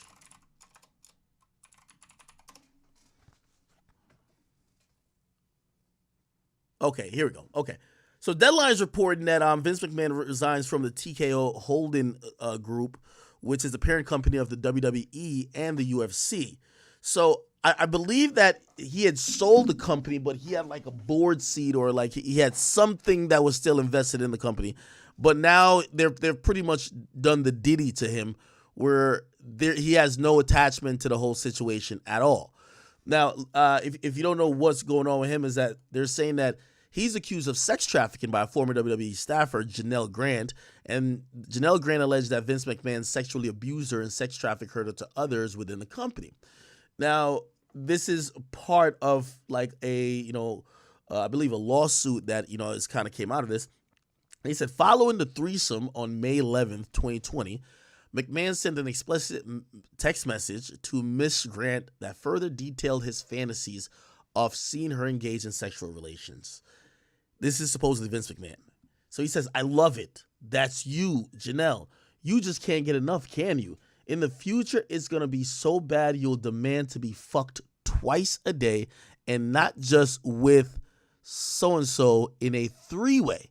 Why not let others see the beautiful, voluptuous body and watch you shake uncontrollable when you come? Jesus, this is like mad graphic. They'll go out of their minds. Then I'll find some more friends and we'll tie you up so you're helpless. I'll direct them to have their way any way they want. Who can make you scream the loudest? Maybe I'll just line them up and have them squirt in your mouth, your pussy, all over your tits and ass at the same time. You'll be covered in cum and we'll make you eat it and taste everybody's cum. Jesus. The next morning, you'll be a little sore, but you're gonna want more after all that fucking over and over. By the way, then it says, after the threesomes began, McMahon became more sadistic and fantasies focused on control, such as choking, sensory deprivation, pain, humiliation, group scenarios in which Miss Grant wanted to be physically overwhelmed and subservient. It said, read your last picture. You need your panties ripped off and 3 big black dicks in all 3 holes at the same time, way up your pussy, way up your ass, and as far as they will go, but even further. And the thickest cock goes down your throat, so it makes you gag and convulses as those big black cocks pound away. It feels like from the start you're being assaulted, but it's made you come nonstop. Just one continuous, constant orgasm, and just before you pass out, those big black dicks squirt their load of cum inside you. As you lay on your stomach, the cum is coming out of all your holes. I'll turn you over and jack off all over you. Wow, okay. Then they said around this time, McMahon openly shared explicit photographs and salacious stories about Miss Grant with the WWE crew at the TV tapings, a group Mr. McMahon also referred to her as her fan club. Indeed, Mr. McMahon's exuberantly messaged her a truthful story of having just shared the explicit content with a group of 12 men on the WWE tech crew and recounted the obscene details he shared with them. I just passed my phone around to a bunch of guys on the tech crew. They were screaming, "Oh my God, she's fucking beautiful. Look at that ass. I'd like to get that." I paused to count out loud how many guys there were. 12. What the fuck? I said, "Okay, there's 12 of you, and she would love to fuck each and every one of you at one time." The guys cheered, but she will only do it if she takes 3 at a time. What? She wants 1 deep in her ass, 1 down her throat, and 1 in her pussy. And you can pound her and keep on pounding her till you pop your load. She may scream and try to say no, although it would be difficult to say anything with a cock stuffed down her throat. They laugh. I then said, listen, no matter what, you just pound away till you squirt. Baby, these guys were having a blast with me. Some of them didn't believe me, so I said, you are the greatest fuck in the world, and no matter how much you get, you always wanted more. And then I said, she loves cum. What? Baby, these tactics, as we call them, were, what the fuck? Let me follow with the mouse, my bad. Tactics, as we call them, we're having the time of our lives. Listen to truthful story. I then said you would take a 10-minute break between each fucking, but you would get back on your hands and knees with your ass in the air and say, "Okay, I'm ready. Who's next? LOL." I drove them to wild, baby, or I should say you drove them wild. Oh, I drove them wild, or I should say you drove them wild. Just imagine if this happened, baby, how much cum you would have coming out of all your holes. On February 5th, 2021, McMahon and Grant, or he sent Grant to establish his schedule for when other men, including physical therapists and Laurent, I don't know what this is, could have sex with her, which she tried to rebuff. Exactly, baby. He's not the only one. So-and-so called me this afternoon begging to eat you and fuck you with his nice and hard dick. So she says, "Hey, give me another week, baby, and I'll be ready. I'm feeling more like myself. It's not great, but I'm getting better. Tell him soon." Says, "I already told him, baby. By the way, Johnny wants Tuesdays, but not this coming one. And the occasional Saturday, but maybe I could shift it to Thursday nights. Johnny would like all the above." What in the fuck is this? Deadline. Let me see if I can go to this. Let's see if I can find.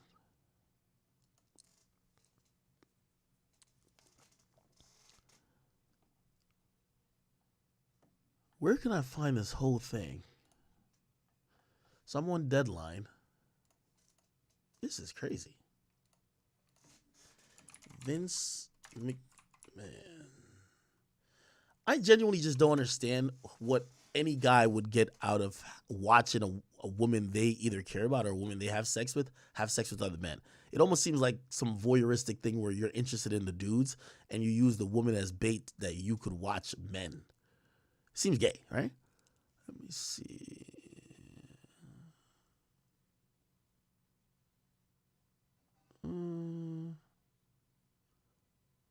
I guess this is it.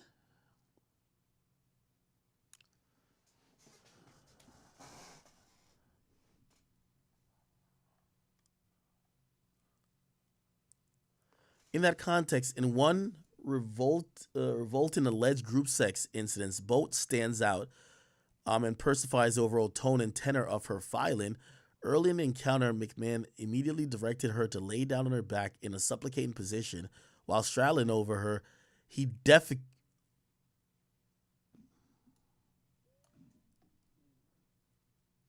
defecated on her head. He left to shower, but instructed her to remain in place with excrement in her hair and continue the performance for his friend. While Miss Grant requested protection, none was offered. McMahon and the physical therapist actively continued with the threesome directed by Mrs. Grant's sexual performance for around an hour and directed her sexual performance for around an hour and a half while she was covered in feces. It's horrible to say. There's a lot in this filing stating her experience with McMahon and WWE. Grant is seeking a wide range of unspecified damages, having seen her name previously leaked to the press. When hush money claims first came up several months ago, she now wants a declaratory judgment that the NDA is void and unenforceable and does not bar any of the plaintiff claims against defendant McMahon and WWE.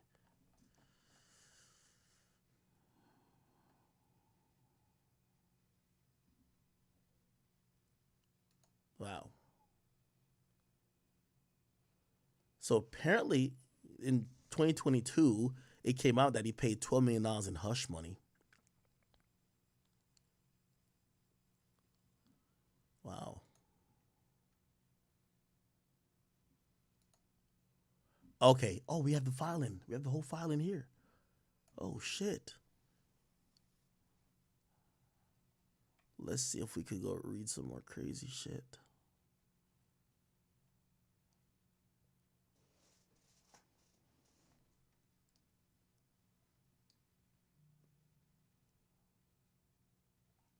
Okay, this is like leading up to how she gets her position. Then I'm pretty sure the sex stuff is going to start soon.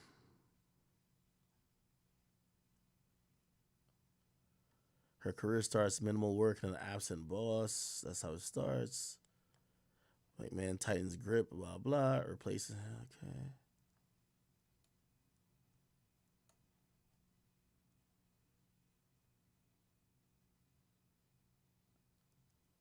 On March 26, 2020, McMahon sent a lengthy message to Grant describing in detail circumstances surrounding sharing explicit photographs of her to a former WWE referee and described how the referee left to masturbate and told Miss Grant she had made a perfect stranger very happy. On the 31st, she expressed concern to McMahon that she had no intention of having sex with these strangers and requested that he make that message clear as if she felt threatened and distressed by the responses she was getting. She made it clear that she did not want the perception of her moving beyond any point of mere fantasy. Oh, this is where it is right here. To induce her participation in threesomes, he began referring to her as his girlfriend and sent her large bouquet of flowers. Nevertheless, on the May 8th, 2020, she expressed apprehension about participating in the threesome. In response, McMahon insisted that the plans were already made and suggested he would lose a friendship if he didn't go through with it. On the day of it, she showed up to the condo but reiterated she didn't want to go through with it. She expressed fear of being thrown around like a rag doll by McMahon and the physical therapist, and after she clearly stated she wanted back out, he responded by telling her for the first time that he loved her and stunning her into silence. His manipulation tactic resulted in the outcome he wanted. He led her downstairs to the bedroom where the physical therapist was already waiting to begin the threesome.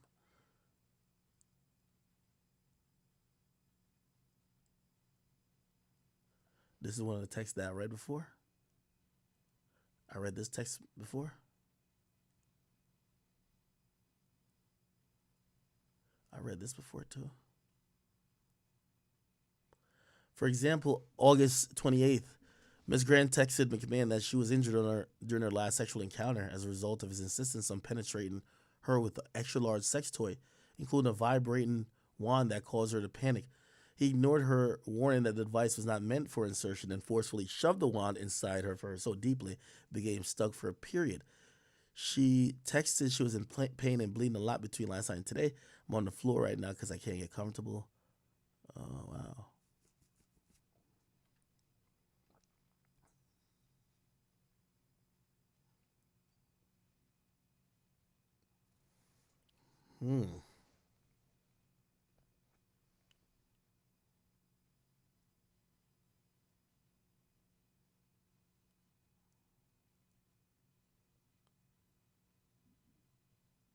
I don't know who this Laura Nadia's person is. I don't know if that's a guy or a woman. So they wanted to set up a schedule for the freak off. That's crazy.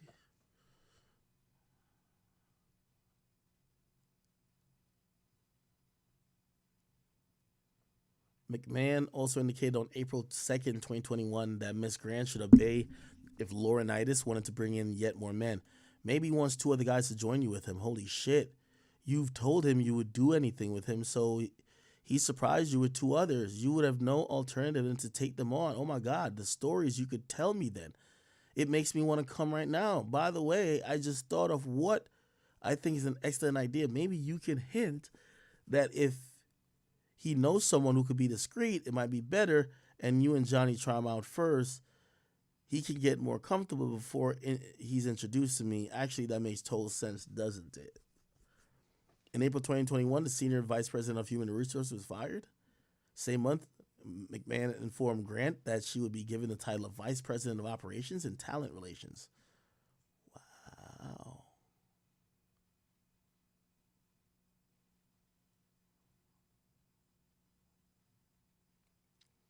Here's another message. Let me zoom in a little bit. Vince says, those compliments will keep on coming. Just wait and see. I totally understand and agree about being scared of communication and photos. Johnny gets drunk and sloppy and could easily make a mistake that could cost him his job and yours too. Verbal communication is the only way to go. That said, have you and Johnny talked about breakfast tomorrow? She says, we haven't discussed it at all. It's up in the air. Johnny complained about getting a new phone and it just arrived. I haven't set up time to coordinate, blah, blah, blah, blah. And I truly regret that he ever got pics. It's not worth the stress I'm feeling.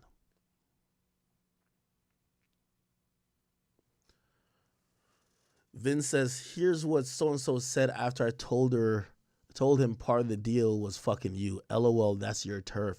She will be ruined after me and leave your ass. Plus, after me, your tool won't fit anymore. Damn, Vince McMahon was really into another man having sex with this girl. In December 2021, he gave Miss Grant's personal cell phone number to a WWE superstar and promised she'll do anything requested of her. In the next following days, WWE superstar revealed a fetish to her and tested his promise that she would do anything with the request. She sent a video of herself urinating. Unable to recognize herself, she went numb and obeyed. The superstar informed Miss Grant if she had not complied with her request, he would have lost interest with her and then called her a bitch.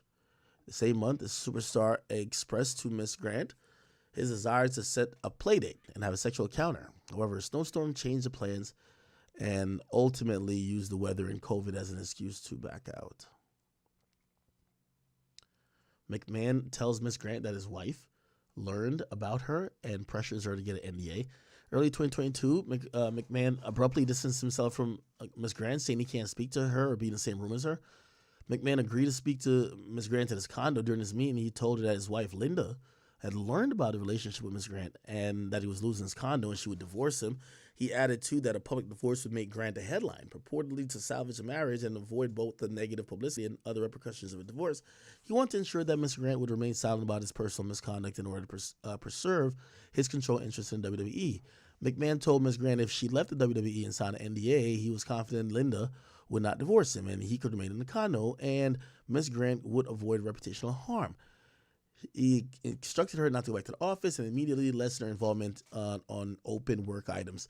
She expressed concern about her name being mentioned in the media and loss of control over her image, especially McMahon had shared content of her for close to 2 years. In ramification for her career, he instructed her not to share the news with anyone regarding the NDA. She asked him, is this when Jerry sends the papers? McMahon nodded and Miss Grant said that they would be, and assured her it would be in the driver's seat.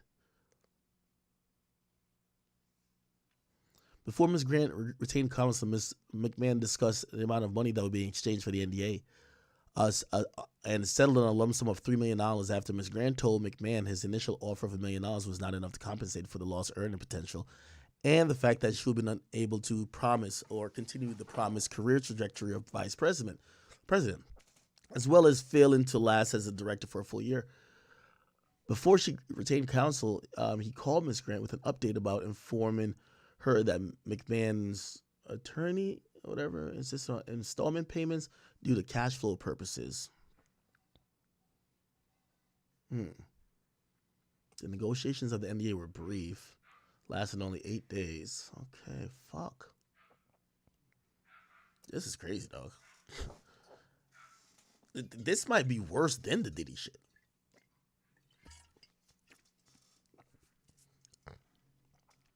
She was wired $1 million on this day.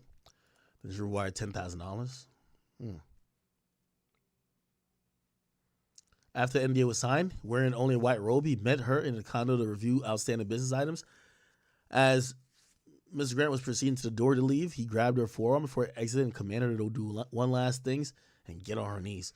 As she knelt down the hard floor, barely a few feet away from the door, he opened his robe, ordered her to eat him, grabbed the back of her neck, and slammed her face into his crotch a couple times. She gagged him, pushed him away, telling him to stop, and she couldn't breathe.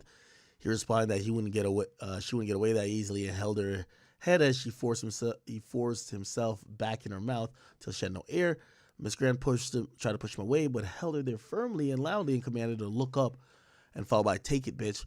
The momentarily made eye contact before McMahon's force was this goddamn alcohol.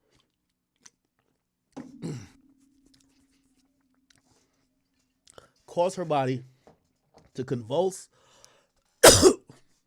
and retch with tears streaming out her face. Fuck.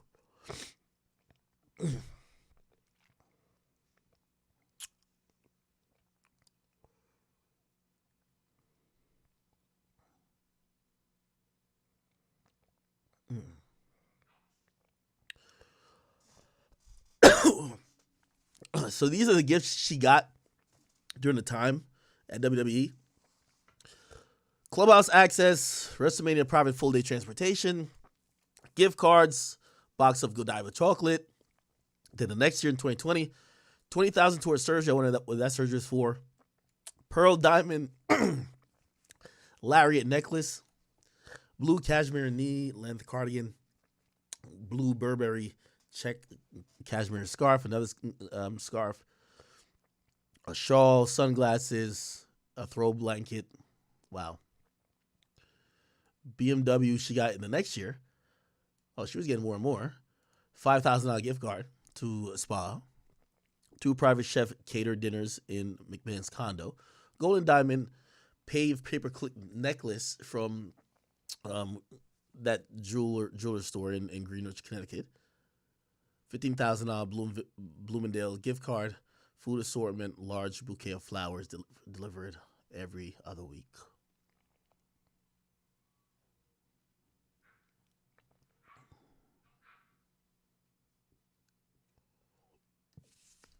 Wow.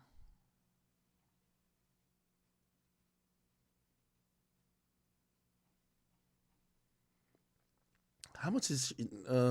She probably won't say a number what she's suing for, but let me see.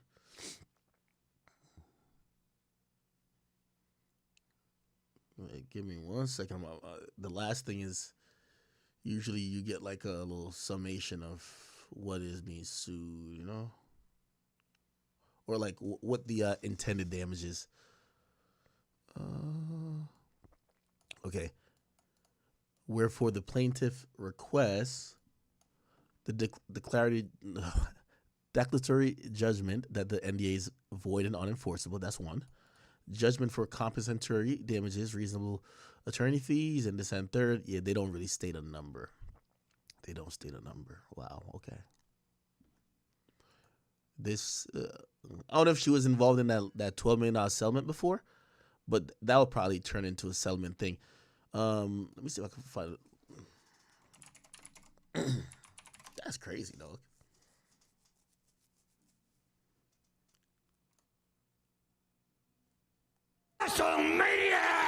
Tonight, one of the biggest names in professional wrestling facing stunning new accusations, including sex trafficking over several years. A former employee accusing WWE founder and former CEO Vince McMahon of physical and emotional abuse, sexual assault, and trafficking at WWE. In the lawsuit, Janelle Grant, who worked there up until March 2022, says McMahon texted her, quote, I'm the only one who owns you and controls who I want to expletive you. Grant's claims include sexual acts involving defecation, restraint, and aggressive use of sex toys, and that McMahon forced her to have sex with him and other men at the WWE headquarters in return for job security. The new lawsuit seeks to annul a non-disclosure agreement from 2022 settled between Grant and McMahon, where she would receive $3 million.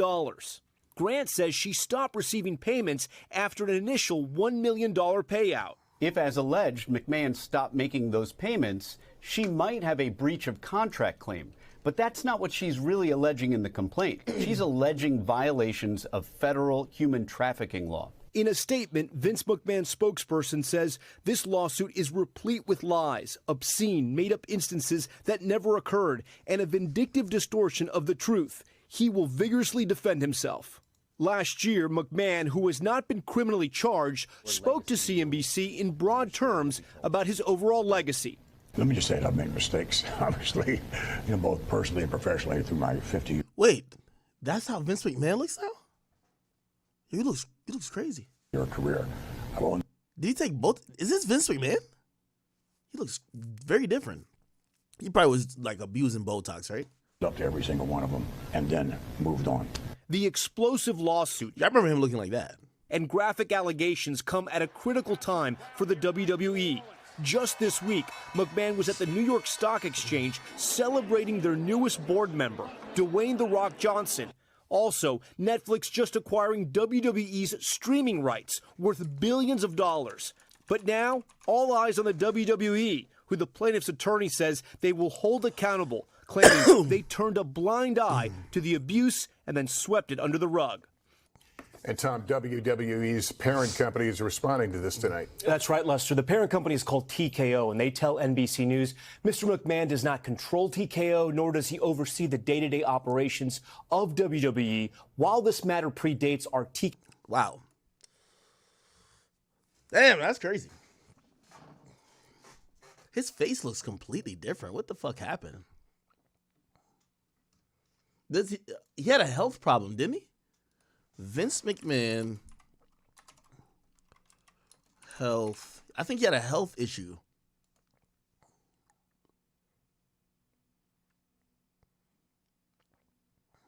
Click our link in the profile to check out the show.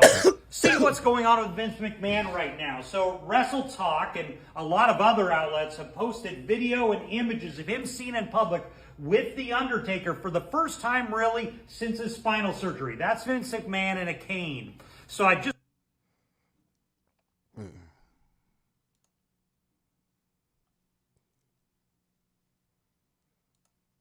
Oh, this is...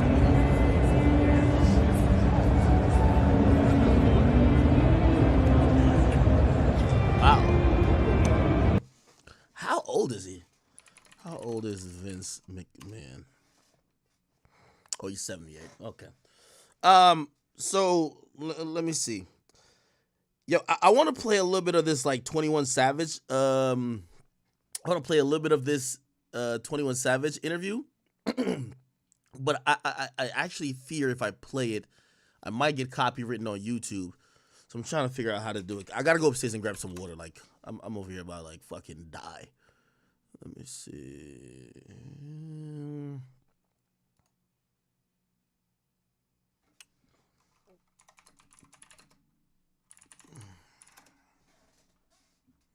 I kind of want to play a part of it.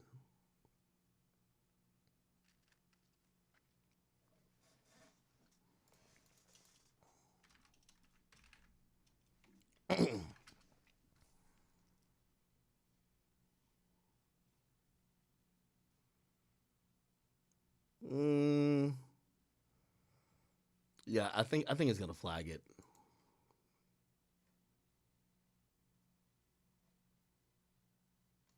Yeah, no, it's definitely gonna flag it, so I can't really do that. God damn. What y'all saying, Chad? Hold on, let me bring up the chat real quick.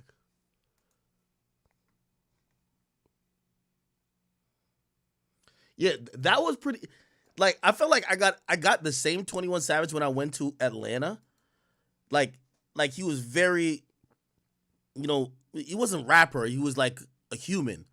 But I got to give, you know, kudos to Shannon Sharp. Maybe it's because of his platform at this point, or it just might just be great interviewing skills. He got an interview out of 21 Savage that I haven't seen anyone got out of him. So I definitely got to give my boy a lot of credit for that. Let me see. Yeah, it is going to clap the stream. Fuck. Somebody says, no. Nobody fumbled. By the way, 21 talked to me about it before, too. You know, like, yo, you got to, by the way, like, again, every time when I mention rappers, I leave 21 out of that. Like, 21 really comes off as a friend, like, more than I've ever seen most of these other rappers.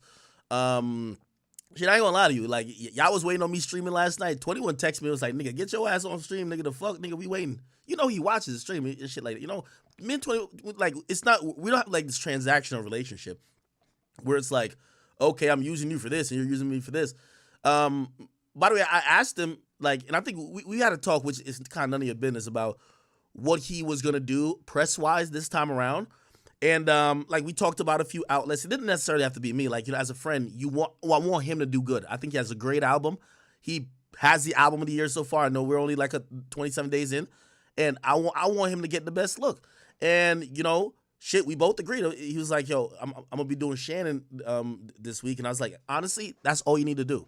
With all due respect to any other outlet, I think only Shannon right now for what his story was, and he gave the perfect interview on there. So it's not one of those things where I don't even think he should do another interview, at least that type of interview. You know what I mean? Like, maybe if it's some fun shit, cool. But, yeah, I never feel no type of way about that shit like that. You know what I mean? Again, like, you see, again, Savage isn't like just a different box and a different boat. He's just more genuine. Like, for example, like, you know what I mean? Remember the night his album came out? Like, obviously, like, yeah, you know, he had called me and then I texted him, whatever. But, like, me and him is not like, I want to be on, I'm just calling you to be on stream shit.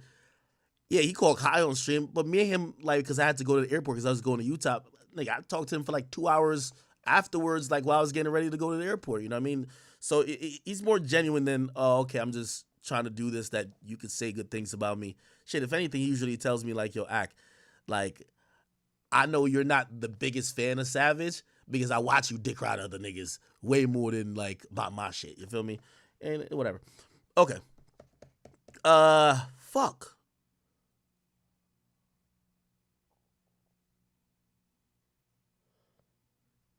What are y'all talking about? Man, I can't have one friend. Y'all think nobody's my friend. Yo, I wish I could play this goddamn interview. Let me see. Is this Big U shit still happening?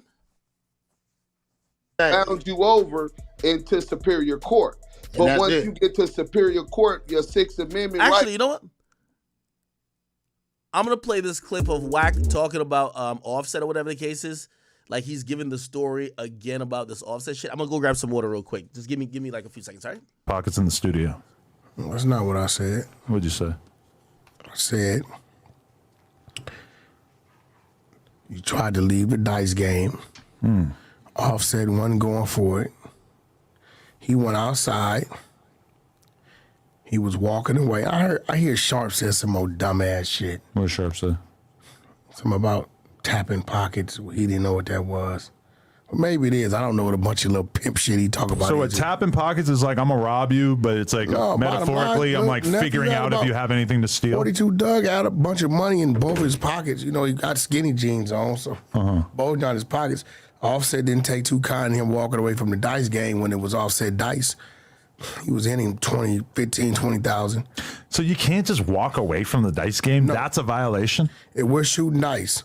See, when we got there, this is the last day of the Lil Baby tour. And I seen Offset pull up to the show. I'm like, Nev, let's get a song in with you and Blueface. He like, get Pete open the studio, we do it tonight. When was this? This was 2019. Oh, okay. So things went bad after that with Blueface and Offset. Doug, Blueface, Doug, Lil Baby, Young Miami. 2019, 42 Doug's like not even famous yet, right? Not at all. He's just on the run with us. Right. Young Miami and Marlo, rest in peace. That was the lineup. We're doing venues like 3,000 to 5,000 seaters. Mm-hmm. So when I get there, I warn Blueface, don't go with them dudes on no dice game. He's professionals with this shit. Blueface go over there, 45 seconds, he lose 5,000. They betting 1,000 a roll, 1,000 a side bet. Blueface come to me, give me 10,000 negative. We here to get in the studio and work. Let Offset do what he doing. By the time he's done, he come in here and lay your verse. Did you have $10,000 cash on you? We had a whole bunch of money. We on the road, a couple hundred on us. I just wasn't gonna give it to him. Yeah. Right? Because I knew it wouldn't stop there. He comes in, he's laying his verse, he's doing what he do. I believe Yachty, they might have been there that night. It was a full house. But when we got there, Offset was like 20, 25,000 in the Doug's pockets. By the time I come back 30, 45 minutes later, Doug is 20, 25,000 in Offset's pockets. Now it's Offset's dice. You never been a dice shooter? You never got into this? No, I don't fuck with that. Okay. Man, we ain't doing that. So now it's Offset's dice. Right? And he say, the 1,000 a shot, 5,000. Doug said run it. Offset hit 7. Nigga, let's go. Another 5. He hit again. 11. He 10 back. He only got about 10, 15 of his money on the ground. Doug picks his money up and walks away. If it's Offset dice, you can't walk away from the dice game. Oh, so like his turn at that moment. Okay. Because when you was into him, he didn't walk away. So I'm watching Offset. Offset is in disbelief. That he would take off like that, yeah. He picked up, it was like 3 or 4 of them, and they went out the back door. But there's not really turns. It's just people take turns on who's throwing the dice. No, it's 2 people. They shooting. It's Offset's dice. Back and Until forth, he right. crap out, it's his dice. That's some Crap beef out out means here. what in this case? So if he rolled a dice, he hit 8. His point is 8. Okay. Right? He gonna keep rolling till he hit 8, but the whole time they side betting. 1,000 out 6, 8. He may roll the dice, hit a 6, right? Or whatever the he winning on his side bets, right? The minute he crap out, before hitting that 8, then it's Doug's dice. As long as he hitting his point, or he hitting 7 or 11 on the first roll, it's Offset dice. So Offset was caught in disbelief that he was kind of still down with the dice. He looking around, he like, did this motherfucker just grab the money off the floor? And 42 Doug's basically a random person to you guys at this point. It's not like, oh, this is a big celebrity. 42 Doug is 42 Doug. You know, everybody always knew who Doug was. He had his respect going on in the streets. It was 42 Doug. Okay, I don't think I knew about him in 2019, but so he walks out the back door, walks out. I see it was like 3 or 4 people with him. He walk out the back door. He's in the back parking lot, side of the building. He's walking towards the gate. Now, QC Studios, that gate don't open on motion. You got to open from inside the building. Offset jumps up and trails behind him. I come behind him. I got a few of the schoolyards with me because we on tour, right? You're looking out for Doug. I'm looking out for QC Studios. I'm looking out for Offset. I'm looking out for everybody because the studio's open because of me, right? Offset walks right up, and Doug's walking away from him, grabs his left pocket. There's money bulging out of it. He didn't take the money out of his pocket, right? I don't know if he was attempting to take it or he was. All right. Anyway. Did I miss this part of the Nicki thing? Apparently, Nicki told Meg to go dig up her dead mother. I know she was talking about dead Real mother. bitch would have been like, oh, you know what? Just FYI, I fucked such and such, and I fucked this one, I fucked that. So, you know. But you let everyone just be under the bus, be thrown under the bus. You let the baby be thrown under the bus, Tori, your best friend, your mom.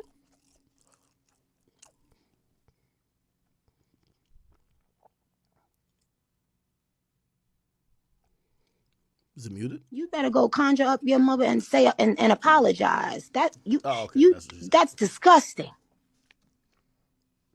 Okay, so she didn't say the words "go dig her up." I feel like that's a little bit more disrespectful. Okay.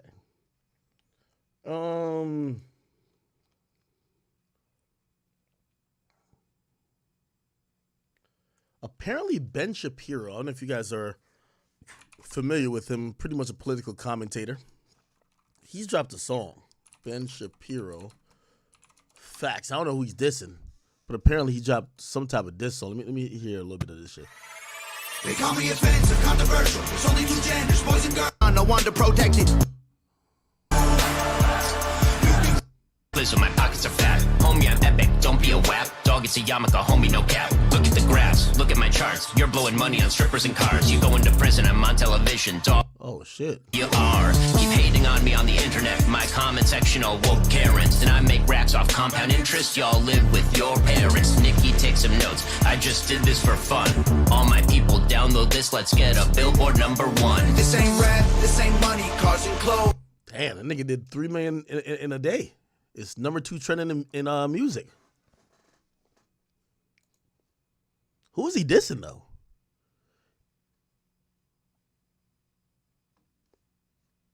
Is he just dissing like all the quote-unquote Karens or whatever in the world?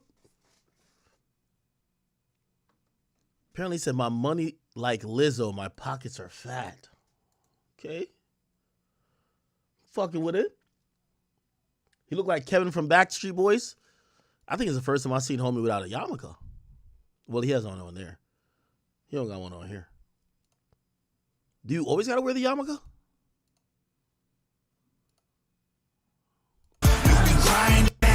Respect you. You mad, you mad, you mad. You blame everybody else for every problem that you pose. We ain't pushing. Who's this other dude?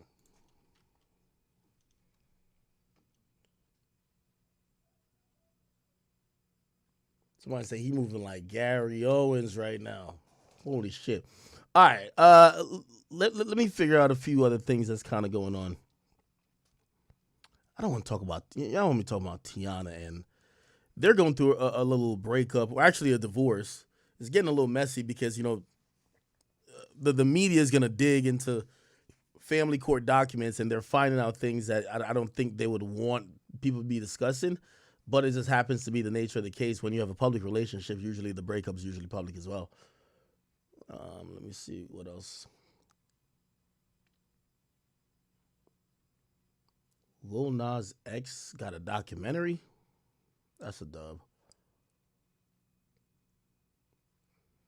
Chat, what am I missing? I feel like we had dumb amount of topics.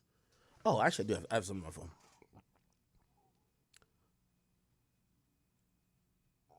Okay.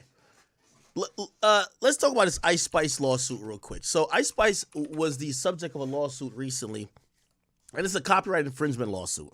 Now, she has a song called In Her Mood, and if you go to YouTube, like it's a pretty popular song, just like pretty much all her songs.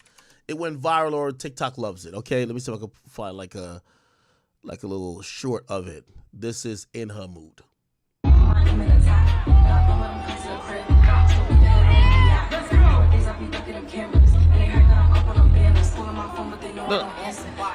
Now, is that In Her Mood? No, I think it's this. Like damn, she in her mood. Yeah, this like damn, she in her mood. Oh. Like damn, she in her mood. She lit, get money too. Like damn, she in her mood. And then I'm doing my dance. Nobody's pants. He a rapper but don't got a chance. Sucking my waist while I'm loving my bands. Like 1 million views in a day. There's so many ways to get paid. Okay. I tried dipping, he begged me to stay. Damn, I'm staying, I just wanna play. In a party, he just This is my favorite part right here. Can you turn up? She a baddie, she knows she a 10. She a baddie with her baddie friend. Feel like I tell you always stay high. Only max I keep making bops. Oh, she maxed out taking her spot. And if I was I hate me a lot. Okay. Now, let's see why they're suing her.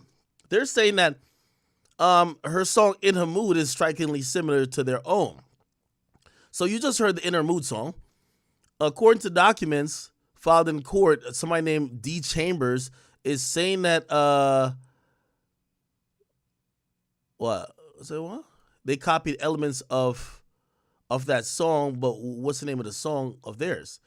They allege that Ice Spice and her producer Riot copied the drill style of the song, the title and the hook and the chorus without asking permission or crediting them accordingly. The similarity between In That Mood and In Her Mood. Okay, so let's look up homie's song. In That Mood, I think it's D Chambers. Okay, here we go. I don't understand. Hey, yo, Kaz, man. Ooh. Skitter.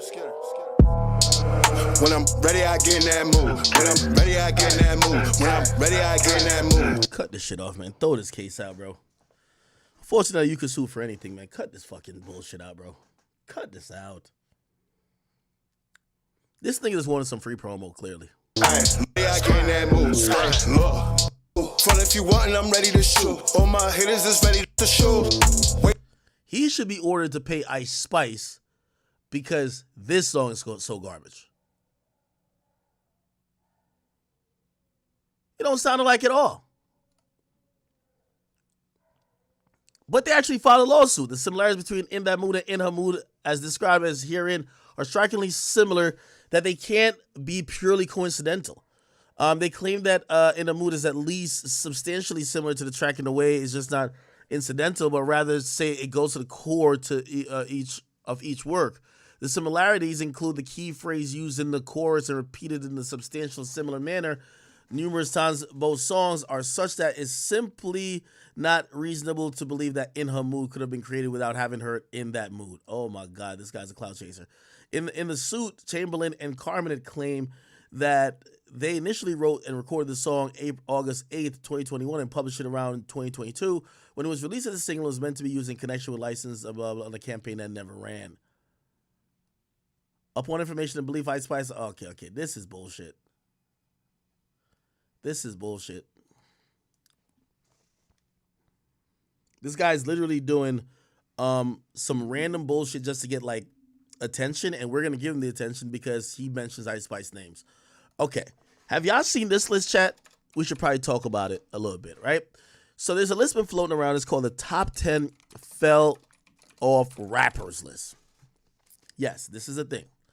The top 10 rappers who fell off. It's been kind of going viral recently. Trying to see. Yeah, and this is the list, right? So the list of the top 10, the top rappers who fell off, and it says this is the top 10 rappers who fell off right here, right? Now, number one, they got Bobby Shmurda. Now, we're going to be objective, and we're going to try to have a discussion about each and every one of them. Did Bobby Shmurda fall off? I think especially if you believe that Bobby Shmurda is not as hot as he used to be, that's kind of clear. Now, I could shoot him some bail. He had some label issues when he first came out. Roc Nation was interfering with Epic. Epic wanted all their return on what they spent on keeping him on the label for all these years, and they gave him a allegedly in advance. And that messy relationship between Roc Nation and Epic led to basically him going independent at the time. And once he got independent, he didn't have a song. The momentum had faded away. He didn't come with what the people wanted. So, yeah, fell off. Quando Rondo, did he fall off? It's kind of hard for me to say Quando Rondo fell off when I don't even think Quando Rondo was on like that. So if I was going to really say Quando Rondo fell off, it would be like from what? Right? We remember Quando Rondo selling 3,000 records. We do know him as a rapper. Like, of course, he does his thing. But a fall off usually means that you're at some type of potential peak or potential high, and you're falling off either to mediocrity or you're falling off to irrelevance.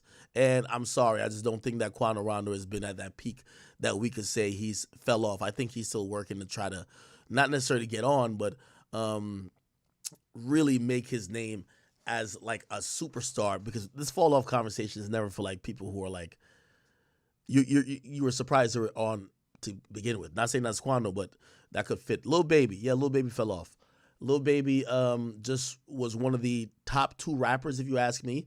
I think there's a good case to be made that if we say right now the top 5 rappers, whether we're talking about skill or we're just talking about people who people are interested in or want music from, I could say Baby might not be in that. Now, did he fall off from top 5 or top 2 to like top 50? No, but you know, he's fell down the middle of the pack a little bit, you know, and that's all by his design. It's all by his, you know, spamming people with the same 2 type of songs till people got tired of it. Also, some of the narrative changed with some of his social media actions. So, yes, I would say Lil Baby fell off. NBA YoungBoy, has he fell off? Good question. So, let's look at this objectively. NBA YoungBoy, sales-wise, has declined, okay? We could blame it on whatever, but we're going to have to admit, has declined. Has the music declined as well? I think it kind of has too. Just in reality, when it comes to just you thinking about NBA YoungBoy and the type of music, I think sometimes people are feeling like it's drowning out and songs aren't sticking out as much.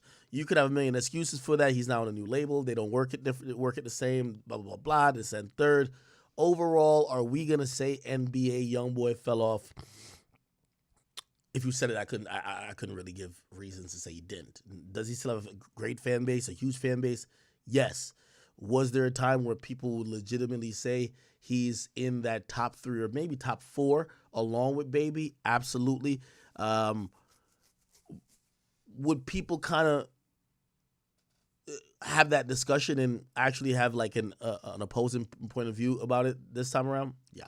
Rich Homie Quan absolutely fell off, right? We don't have to do too much about it.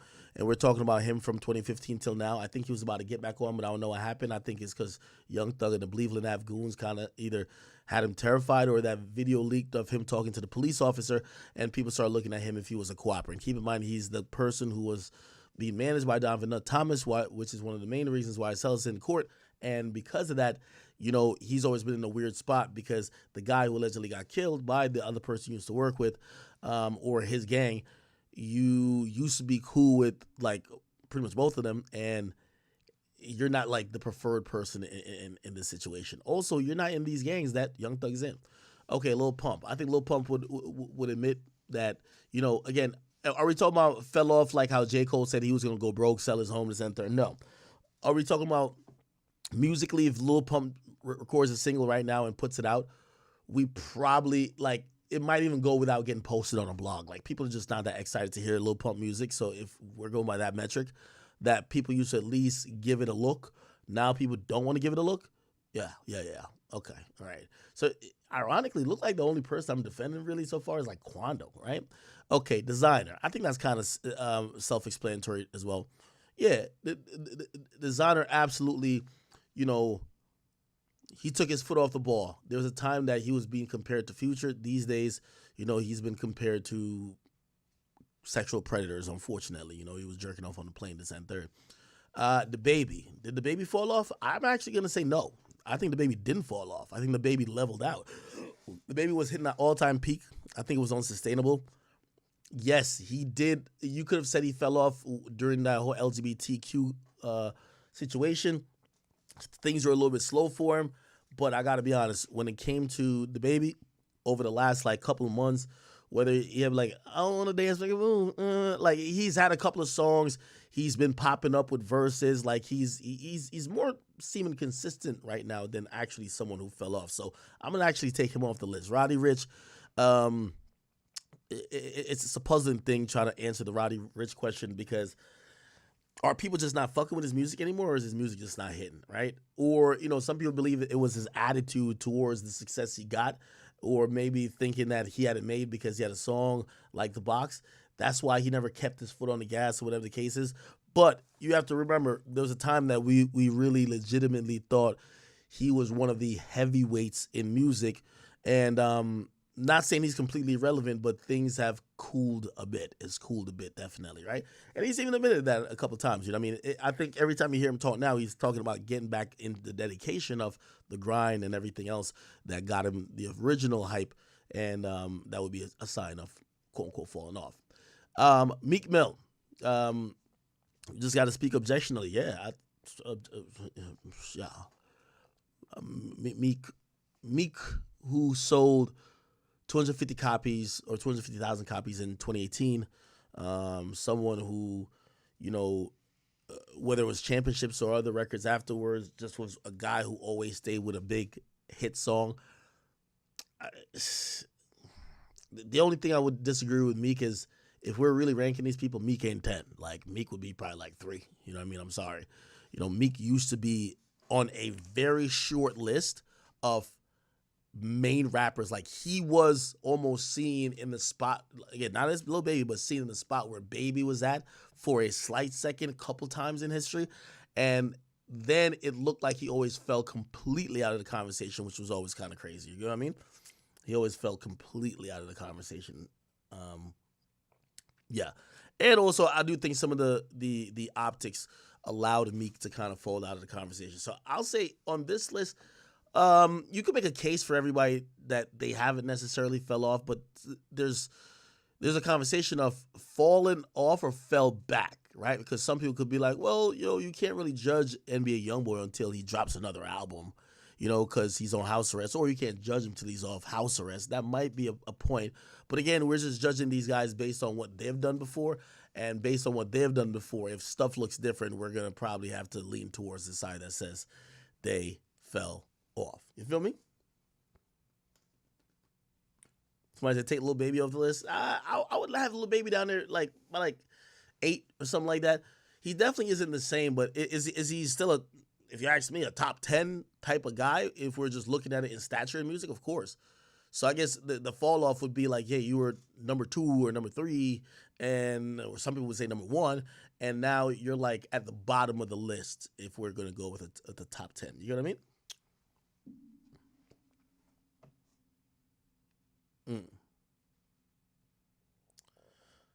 Okay.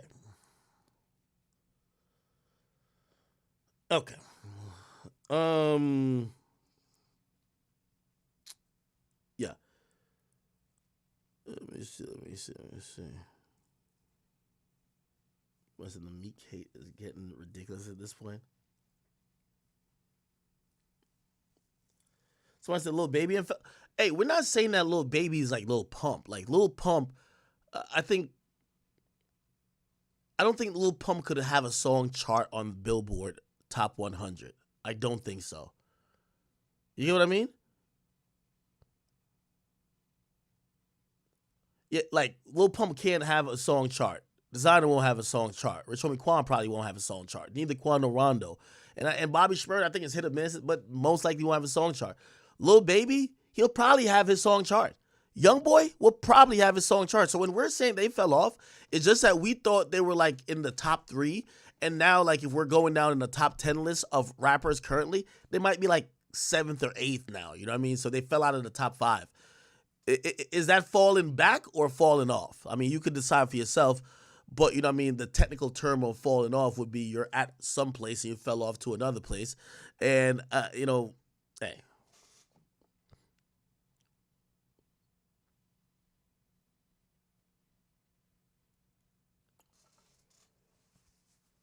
Stop playing with Quan. You said Boston Richie? I don't think Boston Richie fell off. You think Boston Richie fell off?